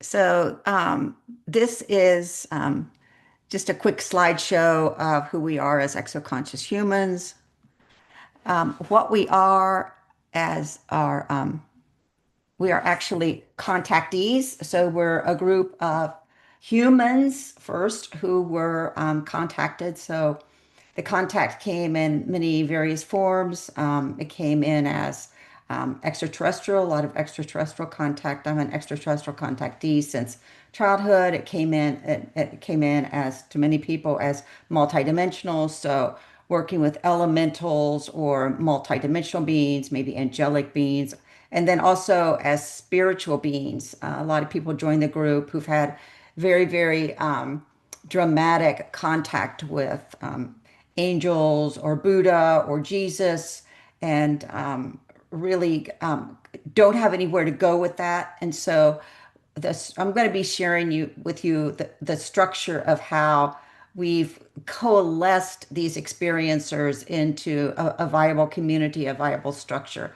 Because oftentimes experiencers live much of their life wondering what the heck happened to them and why didn't it happen to other people that they knew, and trying to make sense of all of it. And so, first and foremost, we've been here for people who were experiencers to try to give them some grounding, some emotional integration, some sense of community, and we're building from that.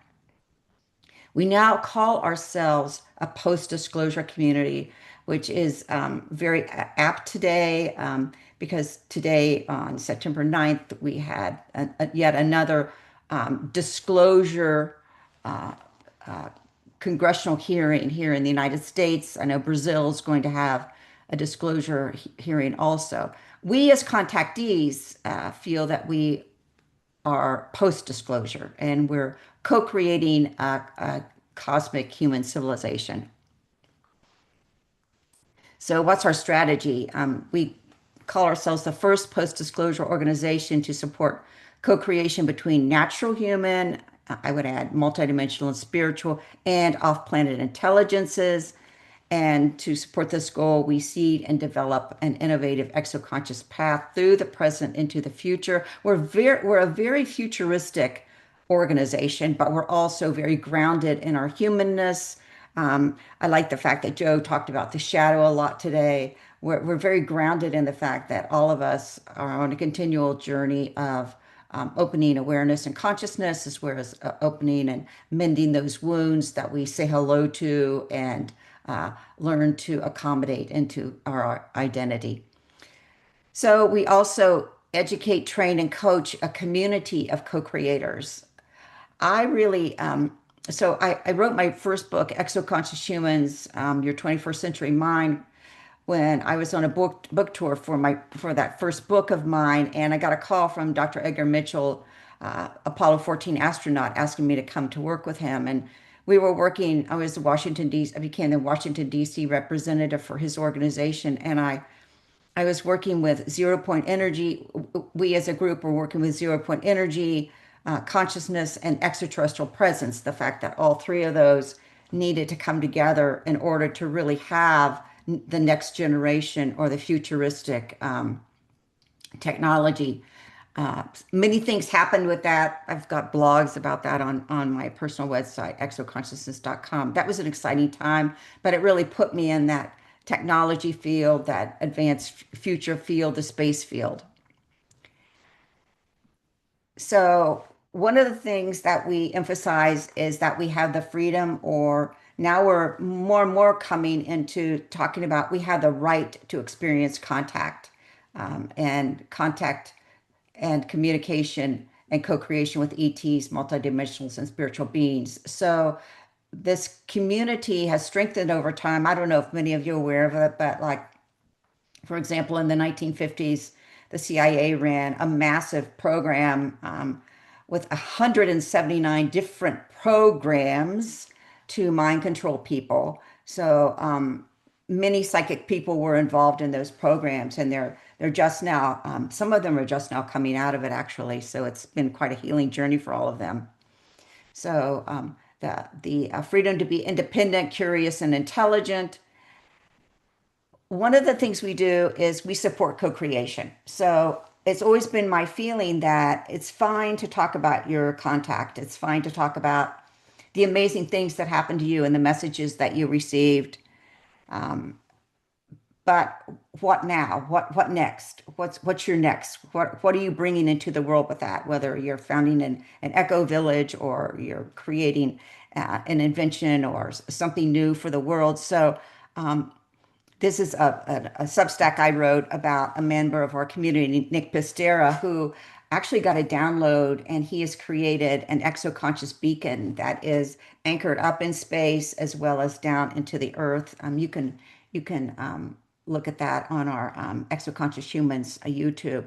So we're really highly focused on creation. What are you creating? Are you moving? Are you manifesting into life these downloads that you get, and helping other people assist what they're doing? So our coaching groups include exoconscious individuals, so contactees, near-death experiencers, psychics, mediums, remote viewers, energy workers, and healers. It comes in all different flavors, I guess you would say. So in terms of what we see as an exoconscious future, we are carefully, I underscore that word carefully, co-creating a new timeline where war, engineered control, and suffering are removed, and we're moving into sovereignty, individual sovereignty, moral sovereignty, psychic intelligence, free will, and a peaceful world. The second future that we see for ourselves is that we become more visible voices in the mainstream, like Michael, so gracious to ask me to come on to speak about this. We also have a YouTube, Exoconscious Humans YouTube, and we run different conversations with our coaching groups that come and address different things that come up in the news, or maybe things that people say about extraterrestrials, or things that people are saying about the environment. We address those as a community. And we also operate by psychic skills. One example of that is we have a very, very telepathic network of information. So we share information telepathically amongst each other. A year ago, this September 20th will be a year, we founded something called the Planetary Constitution. Buckminster Fuller talked about we're called to be the architects of life, not its victims. So we believe that we are called to co-create an exoconscious civilization. And we as an institute created a planetary constitution. You can go on our website, exoconscioushumans.com, and read it. Or if you have 5 minutes, you could turn on the video and watch the video where we read the Constitution out loud. It's about 4 or 5 minutes. It's a beautiful work. I just submitted an article today to the World Future Society about the Planetary Constitution, and because they're a future society and they should be looking at the benefits of bringing contactees into any kind of a space dialogue. We also run a Substack, a very active Substack that you could, I don't know if people here do Substack, but there's a lot of alternative thinkers on Substack, a lot of people that are creating different communities on Substack. So it's RebeccaHartcastleWright.substack.com, but our Substack is actually called Exoconscious Humans. So you can look at us there. Every Friday on that Substack, I put together I collate. Things are moving so fast in this world today. It's very difficult to keep up with it. It's very difficult to keep up with the information. Moving forward, Friday is updates and insights for a post-disclosure exoconscious future. And what I do is I look across 9 different sectors economics, spirituality, consciousness, science, space, weather, and I put those all together. And not all 9 are covered every week, but it's just an opportunity for you to. I can't hear you. Is Trina telling me something? No, I was just saying, hey, Bethany, I see you're in here. Oh, Hi, sorry. Bethany. I'm going on I thought Bethany's maybe. podcast like tomorrow. This is seriously a synchronicity right now, folks. Hi, Bethany. Hey, Michael, you'll have to let Bethany talk a little about her new podcast with Sharon. Freaking hey, dude, it's good. We're on it. Back to Rebecca. Okay, thanks, Trina. So this is just an example. So it comes out every Friday. It's the Substack, of course, is free. We have articles this week, this past Friday, on precognitive science.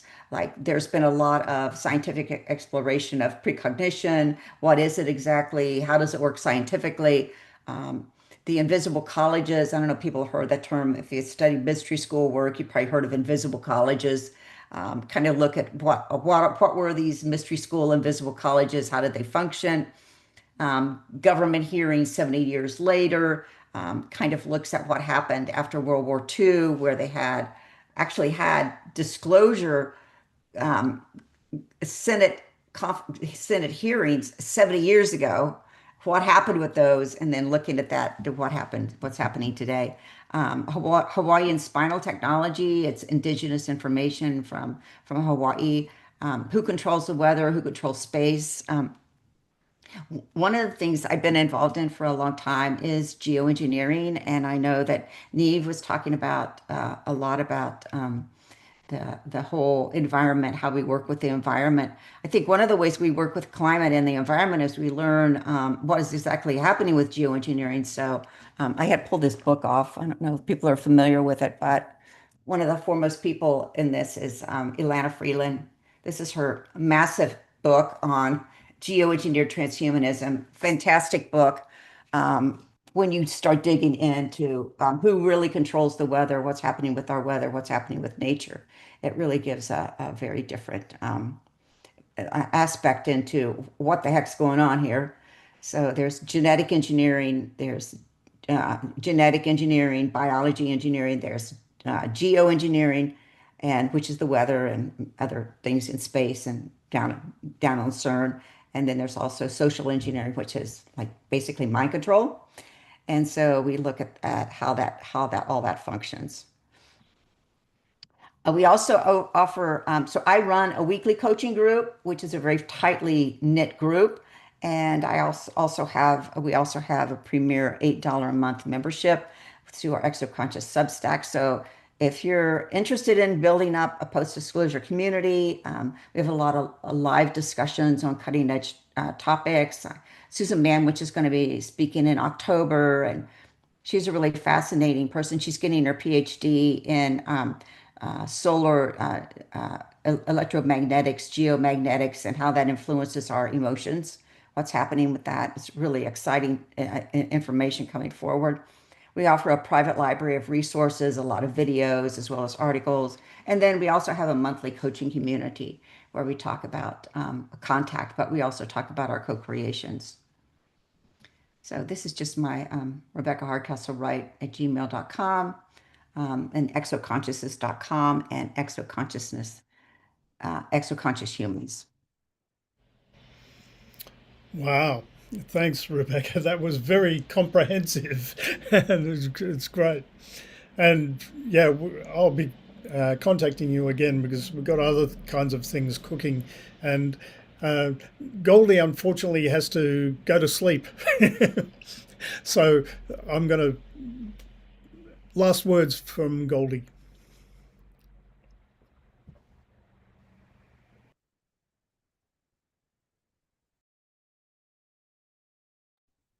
You're on mute.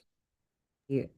Sorry, I'm so tired. I'm like literally scaling out. Yeah, it's like 2 o'clock in the morning. I've been working all day and I'm working all day tomorrow. So excuse me for having to bow out. However, thank you all so much for your being and your like sharing. And yeah, Rebecca, like what you were sharing then was like so resonant with me. I've sent you in the group, if anybody wants to connect, the website for our organization and also my own personal website. You can have a look and see what we're doing. Yeah, I love you all so much. I'm so happy. It's like there's this uprising of awareness and this expansion of consciousness and the expansion of the awareness of the consciousness that's happening. So thank you so much to Michael. Thank you so much to him for his service and his dedication and his, oh, these are my slides. These are some of my slides. So this is some beautiful pictures of our lovely community at our MVP in Koh Phangan, and we are, well, we're just about to open for investment from people outside of our organization for the first time. We tried to do it before, but it didn't work because our system is extremely picky about who's allowed to invest in it. Because we're grounding light scalar technology. So the only people who are allowed to invest in our system are people who are open-hearted beings who are aligned with their soul purpose and are completely with harmonic resonance to our system. We're going, well, I'm going to Mexico in a few days to test our Web 4 and Web 5 systems. And then, yeah, we will be inviting whoever it is that's got like the human interface spectrum system in terms of finance and whatever else to be able to like take it to the next level to join us. Yeah, sorry, I'm so tired. Like I would have liked to have talked about this earlier on, but I'm like I'm like fading off. But if anybody's interested in joining us and knowing more about us, you can check out the website. It's a never-ending onion, literally. You know, like every day I look at it and every day something else presents itself. And everybody who is aligned in the intention of becoming completely at one with the original blueprint of creation, with the original blueprint of self, with our intention to realize our true purpose, perform our true purpose, and come back into harmonic joy, peace, prosperity for all beings is invited to check it out, luminacasa.co. And if you feel resonance with it and you want to know more, please do message me, Goldie at luminacasa.co, and let's get on a one-to-one call and have a chat about it. And we'll be having our next community call when I get to Mexico. So we're going to be testing the systems on the 22nd of September. So yeah, if you're interested, connect with me and then I'll let you know when the call's going to be. Probably it's going to be 25th. Yeah, but we've got like the Web 4 and Web 5 systems that are literally the end result of the existing Web 3 system, which will essentially allow us to be able to provide the infrastructure within which the emergence of the original blueprint of creation communities will be able to surface and to be themselves. Because, you know, we are not creating communities, let's be clear at this point. Anybody who says they're creating community, then they're still existent within the existing third dimensional, fourth dimensional, false matrix overlay system. It's okay, I don't mind, let them be there, but you know, I feel like all of us are much more interested in getting back to the original point, the original reason why we are here and what we're really doing. There's some ladies down here, Mary Jane Guest, I've been watching you. I'd love to connect with you. If you'd like to connect with me, I'd love to hear from you. Bethany, I've not seen you, you've just come on, but yeah, nice to see you there. Hey Goldie, did you say you Reno, did I'd love to hear scalar? more from you for sure, my love. You're brilliant. I love you. You're full power energy. Thank you, thank you, thank you. Neve, thank you so much for sharing. It's been fantastic. Rebecca, I definitely would love to hear from you. Thank you, thank you, thank you. We're in complete alignment from what I've heard of you. Let's connect. Please do message me. Michael, I love you. All of your work. You're an absolute legend. Thank you so much Wait, for Goldie, inviting don't me. go yet. Don't go yet. Did you say Hang you on, did let me skate? finish. Robin, thank you so much for all of your years of experience and like solid intention and pioneering efforts into the expansion of the awareness of consciousness and the integration of the original blueprint creation. And Maureen, you know I love you, man. Like seriously. I'll say it again. Anybody who needs a session for themselves, go to Maureen, because she held space for me like I've never experienced before. I cannot recommend Maureen's space holding. Yeah. Okay. And yes, Trina, go on. Last word to you before I go. And then I'm literally going to bed because I'm literally passing out. Thank you so much. I love you all. Well, I just wanted to say, if you're into scalar energy, I thought you said that, right? Scalar energy. Did you say that? Yeah, That you so our did some system is scalar like energy? scalar frequency technology. Yeah, that's what it is. We're literally, what we've got is the server-side server, which replaces all of the existing servers on Earth's atmosphere, so on the Earth plane. So like Linux, Windows, Safari, all of them. It literally, it's not a hostile takeover. Everybody's invited to join us. Enjoy, of course. Everybody can join us. It's not, we're not trying to make anybody do anything they don't want to do, but like, please, here's this. And then we've got Oasis and Star Technology, which is Web 4, Web 5 systems, which basically are the existing Web 3 system is designed, the blockchain system is designed, it's the blockchain, it's a chain, it's a bridge, it's a light frequency technology bridge to get us to the point. So we're super grateful to all the beings who've been involved in the implementation and the manifestation of the Web3 systems. And we'll be delighted to share with all of you guys and anybody else who's interested the point where we actually intend to get to with that, which is realization of self in this reality in this lifetime.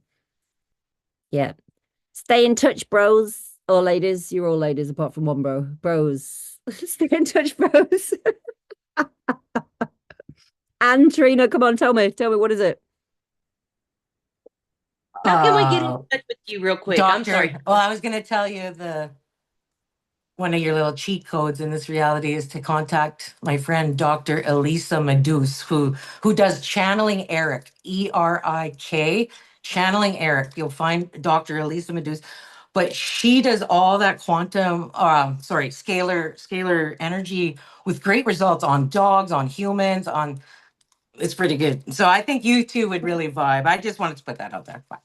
No, I will. But I love what you do. It's so Like, interesting. the Lumina Casa system is literally designed to identify us, whoever we are, and to interconnect us and to provide us with spaces where we can actually physically meet in the body and to radically accelerate the propagation of our heartstreams. So that's what our system is designed to do. So we've got we've had some MVPs in India, in Goa, and also in Dharamshala. We've had some MVPs in Koh Phangan in Thailand, which is like one of the biggest emerging conscious hubs of the planet now. We've got one coming in England, and now we've got one in Mexico. So I'm heading off to Mexico, and that's where we're going to be testing the Web 4, Web 5 system structure. Now, the people in our organization have been working on this for between 8 Earth years and 15 Earth years. It's not something that I've just suddenly picked out of my head. I mean, I have picked it out of my head, that is true. I picked it out of my heart. But we've been working on this for between 8 to 15 years. And the really good news is that according to our angelic intelligence system structure, our system is now worth it said it's priceless. So all of us who've worked on it until now have worked on it for this much money, this much, and this much heart.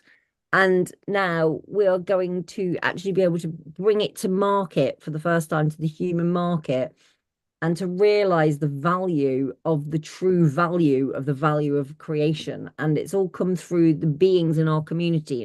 Our community is a community of master magicians, of master builders, of master developers, of master coders, of master realizations, creators, creatrixes. And we've been literally doing this behind the scenes. People are talking about the quantum financial system, the QFS, and the humans think that they're creating the system, and that's not what it is. The quantum financial system is right. It is real, and we've been working on it for years.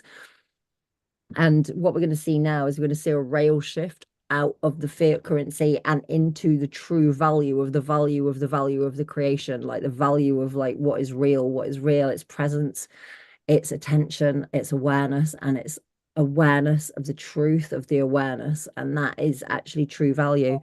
And yeah, I mean, I'm like, it's Goldie, happening. I know it's happening. Like you know, I know it's happening. I've thought it's been happening for the past 8 years since I got involved in this project, in this community system structure of self-realized beings on Earth.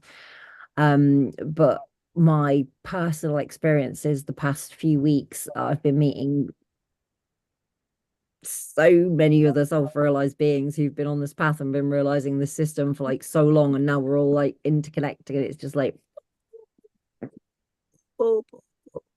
and we don't need a lot of people. I know I hear a lot of humans talk about this 144,000 who is supposed to be the amount that we need, the amount of bodies that we need to realize the truth. And according to me, that's not true. It's not true. That's a particular frequency that we need to be able to stabilize and embody and run through the system, because our physical human bodies are in there. We are literally the Earth's central nervous system. We're not separate from the Earth. We are the Earth.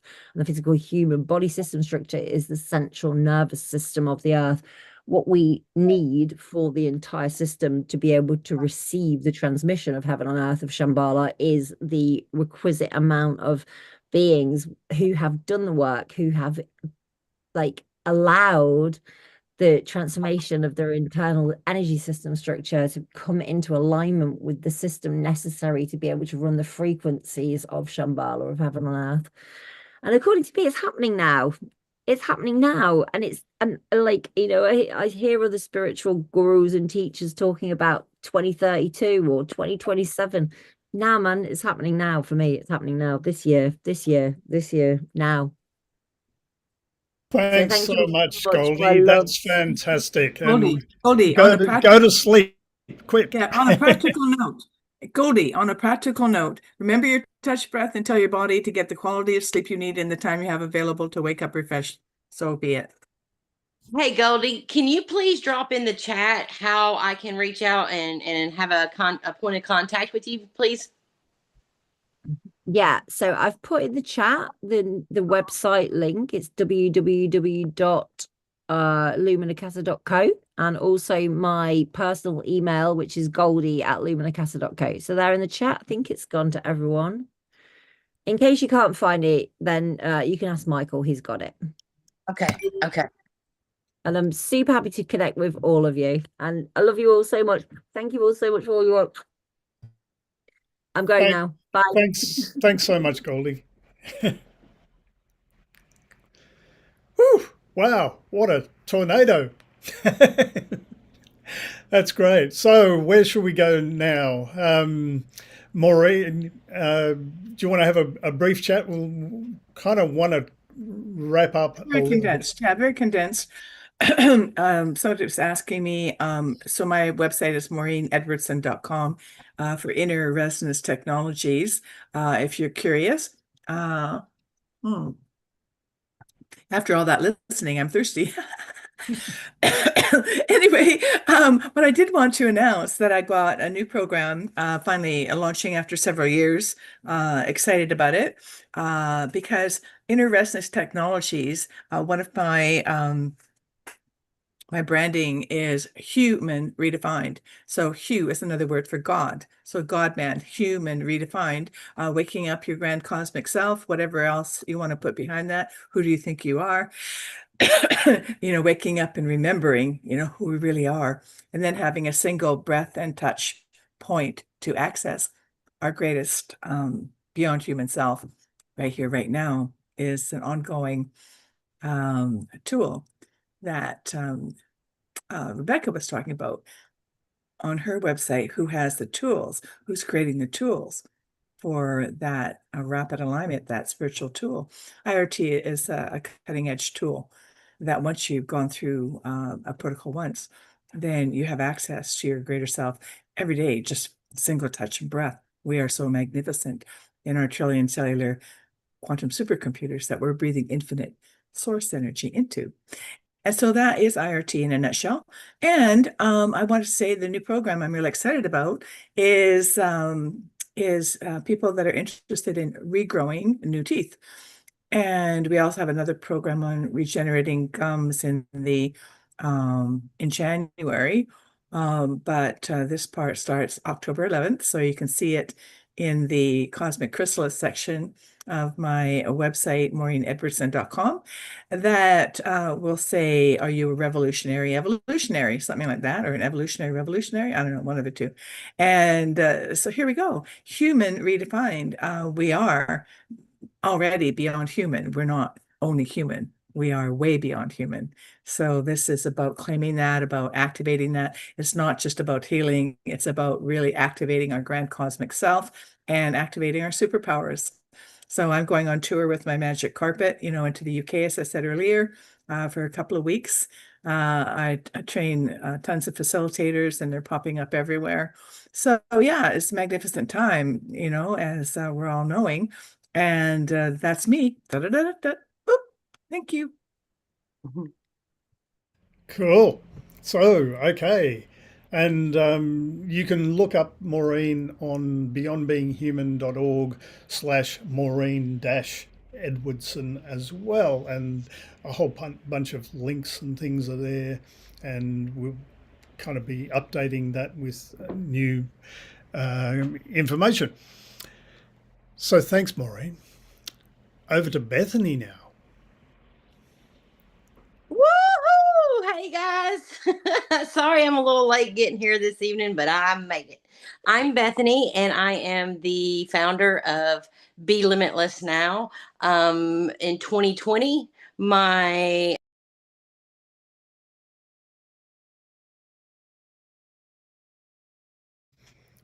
Oh, sorry. Woohoo! Soon I'm back. So in 2020, my only child crossed back over into spirit energy.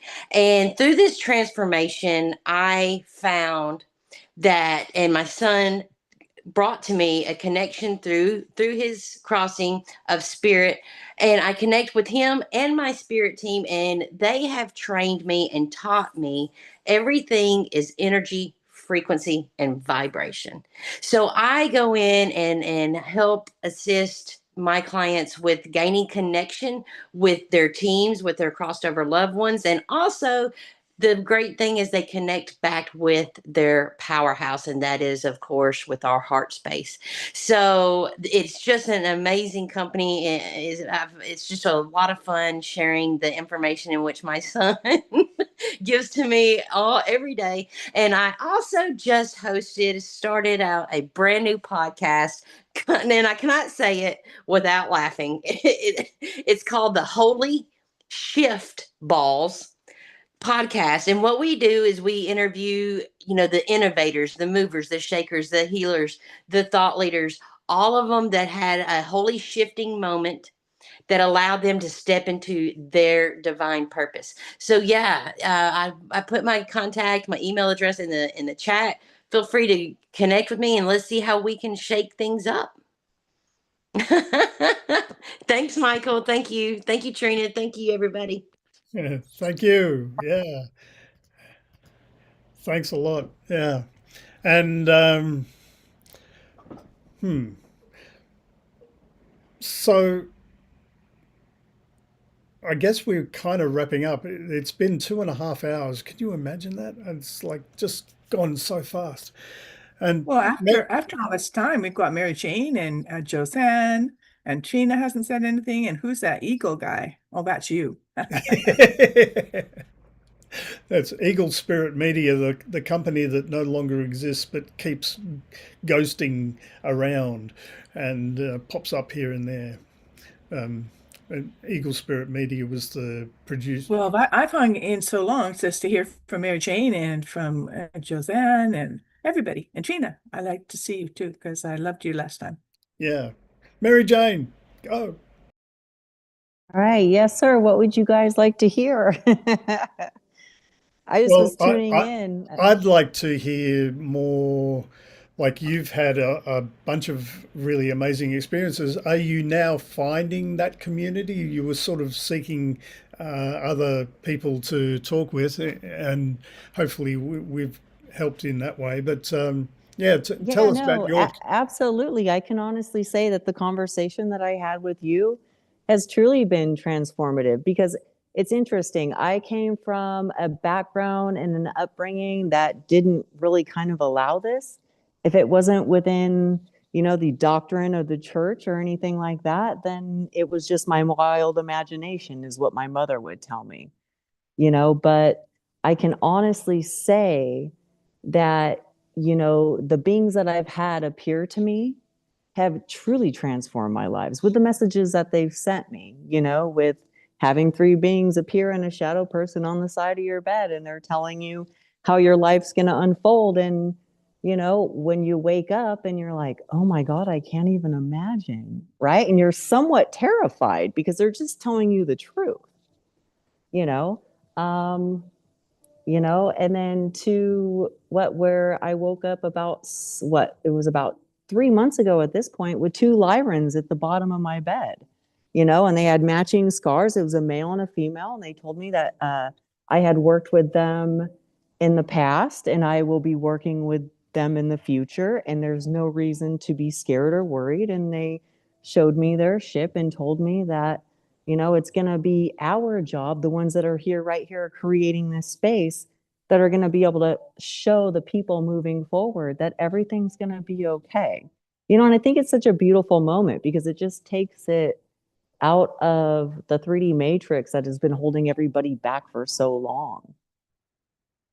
And like there's a reason to everything, like from Bethany's story and Maureen's story and Goldie's story, like everybody has a purpose. And I think it's just so really cool and beautiful when you can like really look at everybody's journey in a sense and just be like, wow, like, because I don't know what it's like to be that, but I just know what it feels like to be on this end, and it's tough. So yeah, that's about it. Is there anything else? Well, it does look like you're thriving and raising your vibration, and the more of these kinds of things that we do, the more people you're going to meet, obviously. But Right.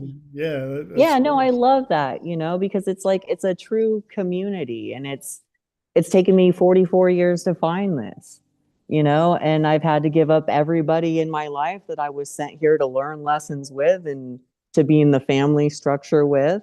I've had to kind of lose them along the way, and that's tough, and a lot of people, they don't know how to function if they don't have that, whether or not it's a beautiful connection or a karmic connection.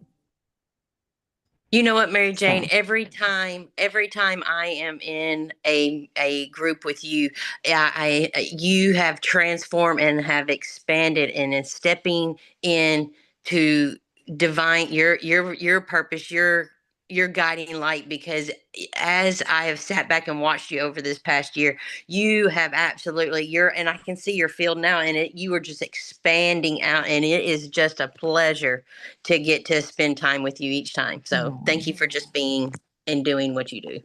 No, but thank you too, babe. Like, it takes you to show up, and it makes your frequency and everything that you share, it kind of makes it okay for me to share what I've gone through and, the things. And I think that's like the most beautiful and the most healing thing about everything about this. It's like they can't stop us. Yeah, It's that's on right. now. Yeah. So, still in wrapping up mode, Josanne, would you like to have a quick howdy Yeah, doody? hi. Hi there, everyone. This has been just such an amazing call. Thank you so much. I've got so much from it already, just, being part of it and listening to many things that have been spoken about. Yeah, I met Goldie in India first in 2020, and then recently in Thailand, just in May of this year. I teach a dance form called biodancer, and I've worked with it around the world. I've volunteered in different areas and also taught here where I am, but I was living in the Netherlands for 15 years, so I mostly taught children there. And it's a wonderful way for the children to connect with themselves and be their unique selves and, really express with their imagination, which is what I just love to be a part of, to see these children who are, in schools where they're kind of shut down, and then giving them the chance to be free and to, use their imaginations and be creative.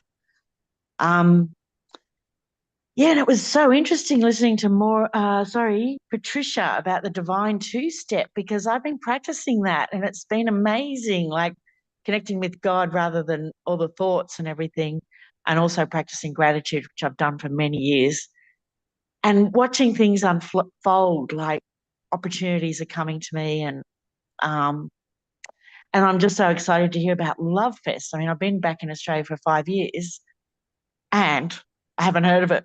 So I will be getting onto that and seeing, what that's all about, and hopefully get to Newcastle in November. So much it's just been wonderful listening to all of you, and of course, meeting Goldie when I did back in 2020. That was amazing, because everything that she spoke about back then came to be. So I know, in my, feeling, that also what she talks about now is coming to fruition, which is wonderful. And there's so much, of all you backing all that up. So I think that's all I've got to say. Thanks for listening, and I'm so grateful to be part of this, and I will look more into it. I've been writing down all the emails and everything. So Where in Australia are you? Where are you in Australia? I'm actually on Phillip Island in Victoria. Oh, Do you know okay. Victoria? Phillip Island? Yeah. Yeah. I built a house here back in a long time ago, 24 years ago. And also, I had to let go of all my family because they were not in integrity, and they're still in denial, unfortunately, but that's the way it is. And it wasn't easy, but it led me to a real great connection with spirit. So it is what it is. Well, thanks for joining in. And thank you. You might like to have a look at, actually, I'll get the website as well. Yep.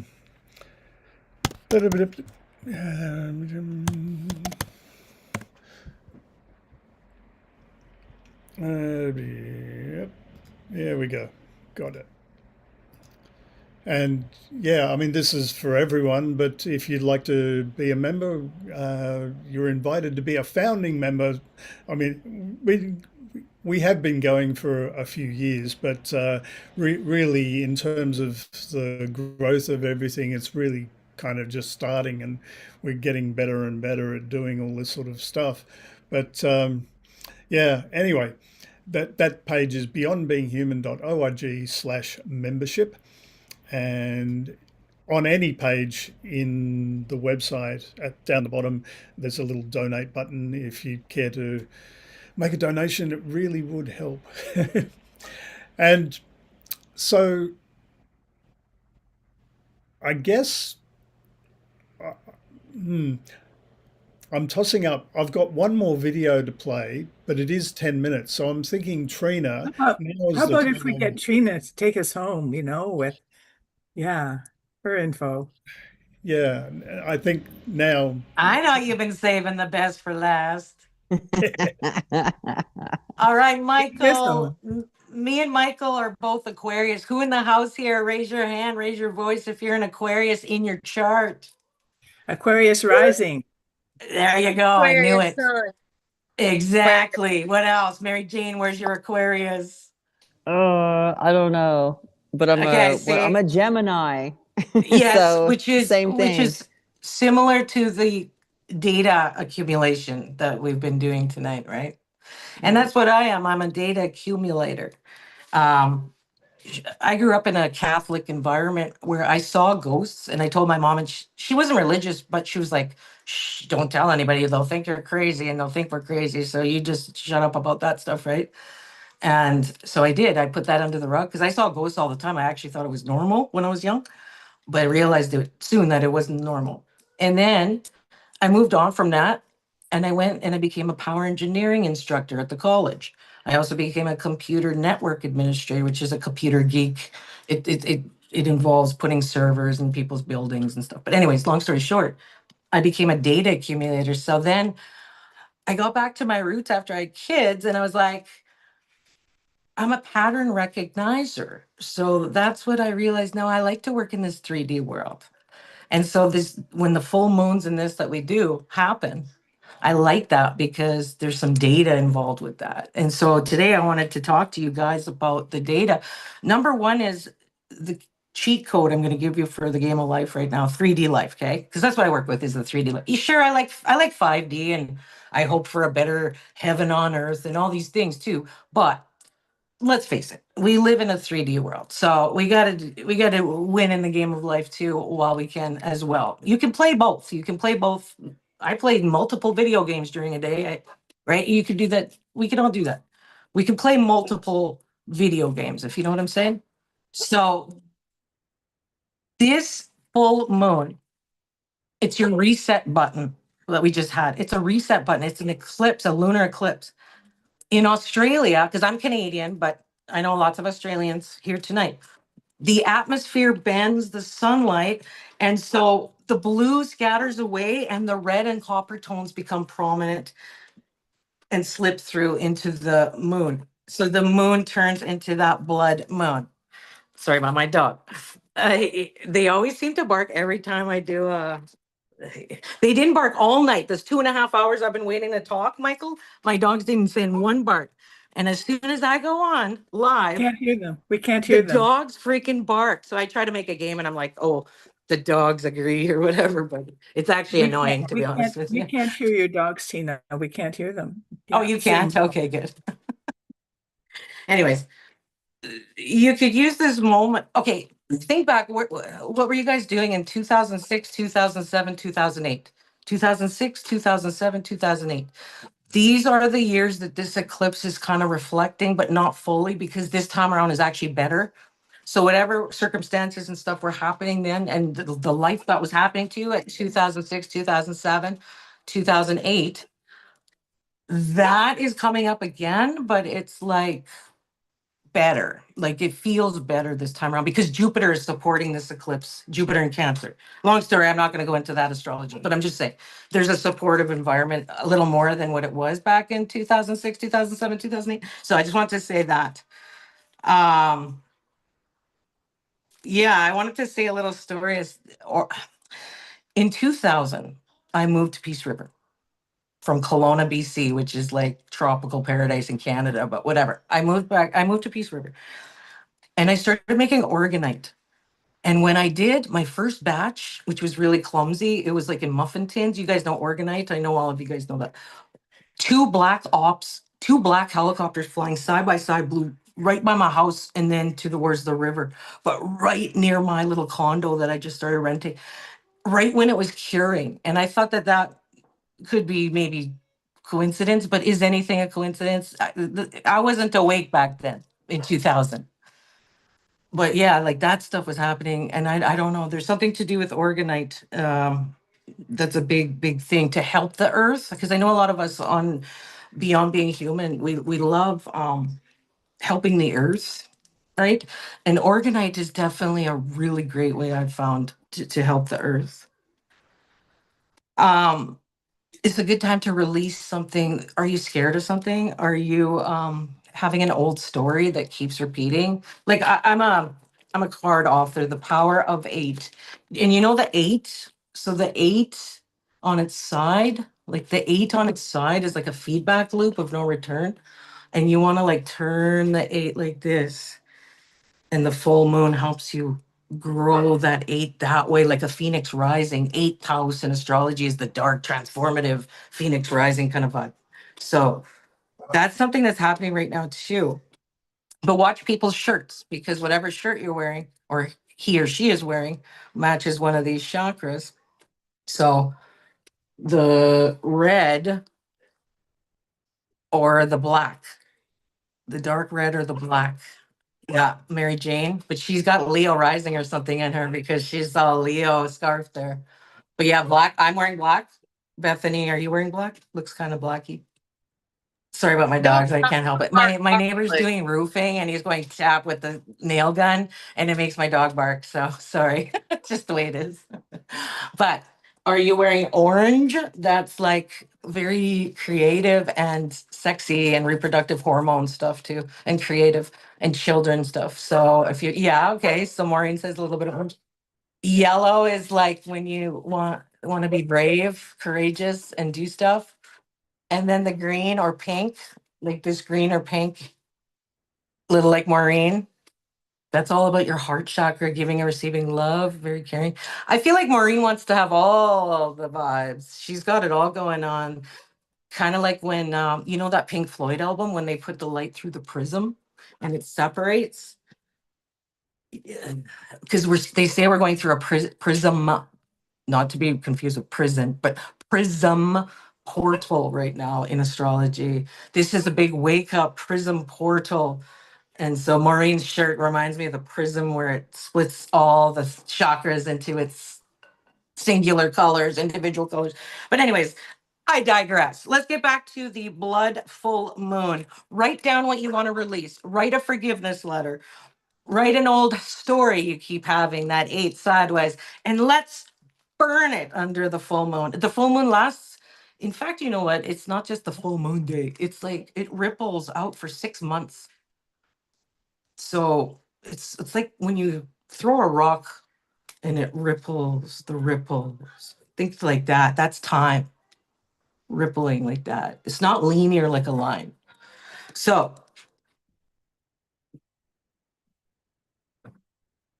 there's a thing about doing practical actions for your intentions. Set an intention, but do some kind of practical action to meet the universe somewhere in the middle. And the universe will help you with the rest of the way, but you got to do something. You get the idea, which is a good start, but then actually do a practical action that the universe will read as data and be like, oh, you know, Bethany's going towards that, or Michael's going towards that. I'm going to give some more, I'm going to render some more scenery for you. And you make choices and you do whatever, but you see what I'm saying? But you got to like do something. You like a video game don't work if you don't play it. Huh? Yeah, I know, right? Mic drop. Okay, so data. This moon is right between Pisces and Aquarius constellation. That's why both Aquarius and Pisces flavor to this full moon we've just had, lunar eclipse. Now, Aquarius energy is like what we're doing today. This is all Aquarius energy, getting with the collective, talking about futuristic things, being modern, talking about AI, talking about the collective consciousness and aliens and all these things are going to help us and blah, blah, blah. Like all that. That's Aquarius. Loves that. Loves everybody, but from afar. Don't want to be too close to people either. So there's something to think about, and that's where the opposite of Aquarius is Leo. So you look to that and to get some sunshine from the Leo vibe of the world. Try to grab that in. Everybody should try to grab that Leo sunshine energy right now, because the sun in the northern hemisphere, I know different from you, Michael, but here it's starting to go down and you guys are going to start to go up, which I find is so interesting. Australia is so fascinating to me because I've been researching flat earth and I kind of believe in flat earth sort of lately. I'm just saying, but like Australia is an anomaly about flat earth theory, and they can explain it with globe theory, but then I can unexplain globe theory a lot. So I'm confused about why Australia is so special. Why do they got so many cool animals? Why did like what is it like a testing ground in the simulation? I don't know. I've always been curious about Australia and I want to visit it. And I feel I have a lot of friends there for some reason. I'm from Canada. I don't know why, but Australia has always been in my vibe, in my zone. So it's kind of interesting. And me and you, Michael, are both Aquarius. So yeah, carry your intention forward, folks, like a whisper from the cosmos. This is a time where we have to release the control about how we are seen, how we're perceived, but like by other people. And more specifically, release that trauma that created that control in the first place. So it's like, why are we scared of what how people see us, how we're perceived, and where does that come from, right? And maybe we could start there. So that's kind of what this full moon's a very big reset, and it's a very big beginning because we're in a 2025 is a 9-year endings. September itself is a 9-month. So every day in September is a double energy, because in numerology, we'd look at the whole day added up, like September 7th, 2025 added up is different than just being a 7-day in September. Anyway, long story short, what I'm saying is that September is double energy every day. So, for example, if it's a 10 energy, that's a number one, take action. 1 + 0 = 1. But anyway, okay, that's my speech for the moon. And I love you. Tell me your comments. Thanks. I love you too, Trina. I just want to jump in and say this really quick, that Australia was a part of Lemuria. So that's why the animals and everything is so magical there. Yep. That's Cool. fascinating. Well, look, I reluctantly have to wrap this up. I don't want to. Like, we've nearly gone for 3 hours, but let me play one little video. Do you think we could last another 10 minutes? Yeah? Would you like to hear? We can last. Yeah? Would you like to hear from Vivian Chauvet?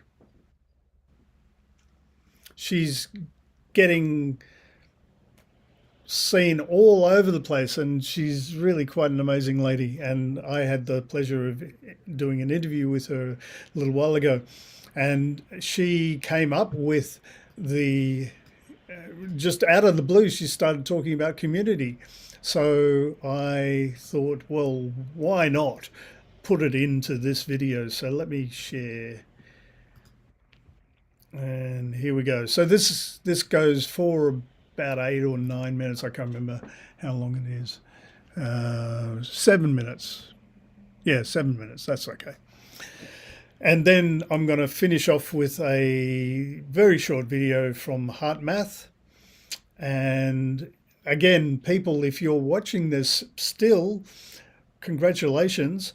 On YouTube, and you want to come into the after party, there's only a few people left, but I'm sure we can carry on for a little while longer.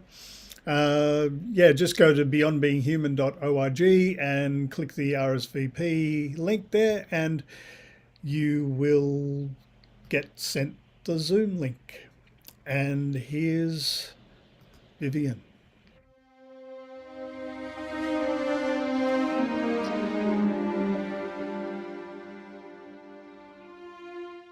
Talk about community, what we mean by that is just every day, what is your relationship, whether it's your loved ones, your friends, your neighbors? Smile at a stranger, offer kindness. It's about reintroducing the true nature of human being.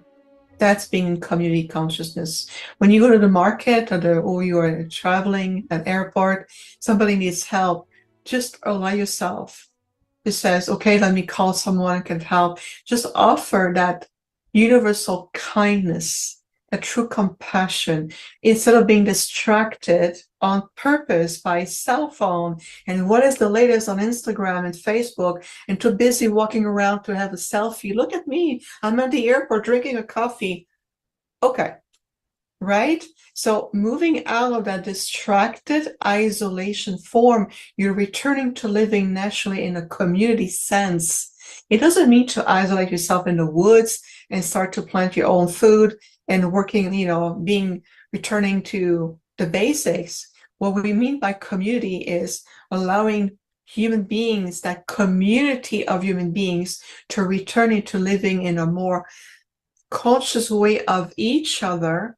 And that is practicing the embodiment of shifting away from a third density base into a higher fifth dimensional. Because when you move and shift in dimension, you're stepping into a more unity consciousness. You start to understand, and your thoughts affect you, each other, me, everywhere. When you're sitting in a weight room on an airport and you're so busy laughing or looking at a video, well, what you're creating may create distortion around you.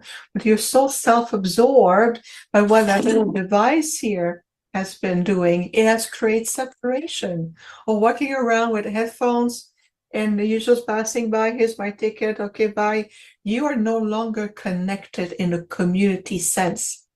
And through the Octane University, we do have a universal community energy when we are engaging with the members. We also have our unique app right on Android and Apple. You can download the Octane app. You can communicate right away with everyone. We do Zoom gathering, but we do New Earth Initiative.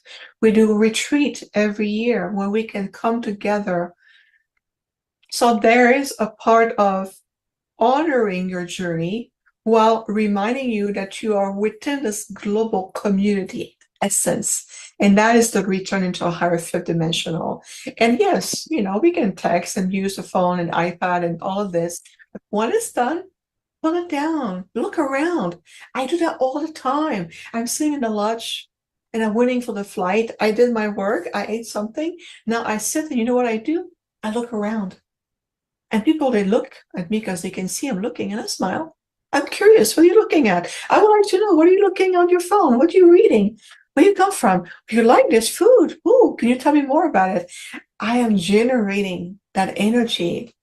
And there's time when you need to be your own space to integrate, to hear your own thoughts, to feel your heartbeat. And it's fine. Take the time to integrate, to communicate with yourself, with the awareness that you're still connected to everything, but disengage from this mental feeding where people say, oh, I know because I read, oh, I know because this person told me, oh, I know because this channeling came in. And we said, well, this is your mind talking. But at the soul level and the heart level, what do you know? And that return in the community is turning to each other. And I see that every time we do retreat. We just came back from Germany about a month ago, where we had 85 people coming from throughout everywhere in Europe, UK, Australia, New Zealand, and US. And we were all in the same space at the same time, coordinating what we were there to do. How can we be of service? We went on the lake, we went on the grids, we did all kinds of work. And then everyone who partake in person and on live stream, that ripple effect has also affecting their lives. The way they see each other, the way they perceive themselves, they're shifting the mindset. It is affecting everything. So this is another deeper layer of what a community is. And Earth Human, you are living in community with other life. How you treat animals is a reflection of you. If you inflict pain and suffering, you are creating pain and suffering to yourself. I mean, you may not physically, be aware of it, but you're affecting yourself. You are affecting your heart. You're keeping yourself prisoner and slave to the fear and the pain and the suffering. You're making yourself in that paradigm. You need to realize that everything you are in a very vibrating, intelligent community right here, just in this world, in your world every day. With your neighbors, they're not in that mindset. Okay, help them to be. You are. Be that positive energy, that ripple effect. You are being the pebble in the pond. And if we come with thousands and thousands and thousands of pebbles in the pond going in the same direction, we just shift the complete nature of the pond itself. And that is community as well. And that's part of the re-ascension. We are returning into that way of seeing, living, being with each other, with ourselves, and then opening the field to communicating with star beings, celestial beings. Becomes so available to you. It's just part of the natural fabric of life. So this is what we have to say about community. So again, we have to understand what is a filtering system. And so we want to clarify what we mean by community.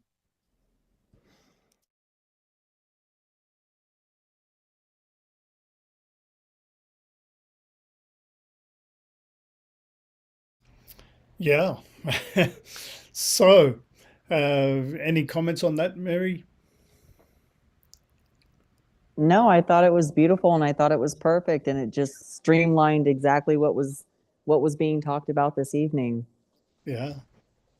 Cool.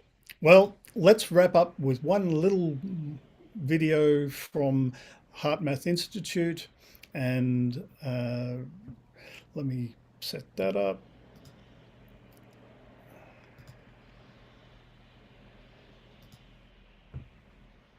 Here we go. Did you know when we choose to make more heart-directed choices in how we treat ourselves, others, and our planet, those ripples of care literally extend outward? Research is proving that we're far more interconnected than we realize, and our attitudes and energetic choices have a measurable effect on those around us. As more of us act on our heart's guidance, this provides a baseline for our lives to change for the better, personally, socially, and globally. They say it takes a village. It's time to recognize that we are that village. Heart Math Institute is anchored in science and inspired by care to empower people with proven tools for creating a natural flow of compassion, emotional balance, and self-security. An increasing momentum of people are experiencing the effectiveness of these practices in rapidly shifting times. We've been uplifted by the stories you've shared with us, of children easing their anxiety and healing from trauma, teachers and first responders building resilience in the face of overwhelm and burnout, veterans beginning to recover from the crushing weight of PTSD and rediscover a sense of hope and peace, and so much more. We are deeply grateful to our supporters who have made this work possible. There's much more to do, but together we can do this.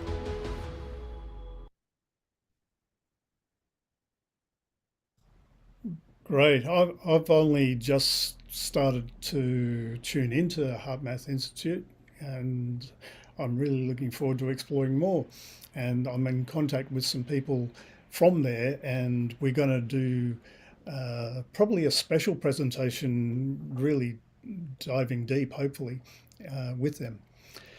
Anyway, I think now's the time to say good night, good morning. Well, it's now midday here. Yeah.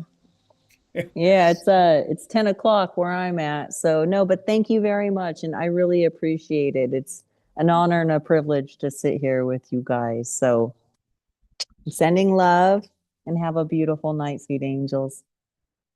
I'll see you soon. Okie dokie. Thanks for coming. And thanks everyone for tuning in. And if you made it this far, hats off. Okay. Love and blessings to you all.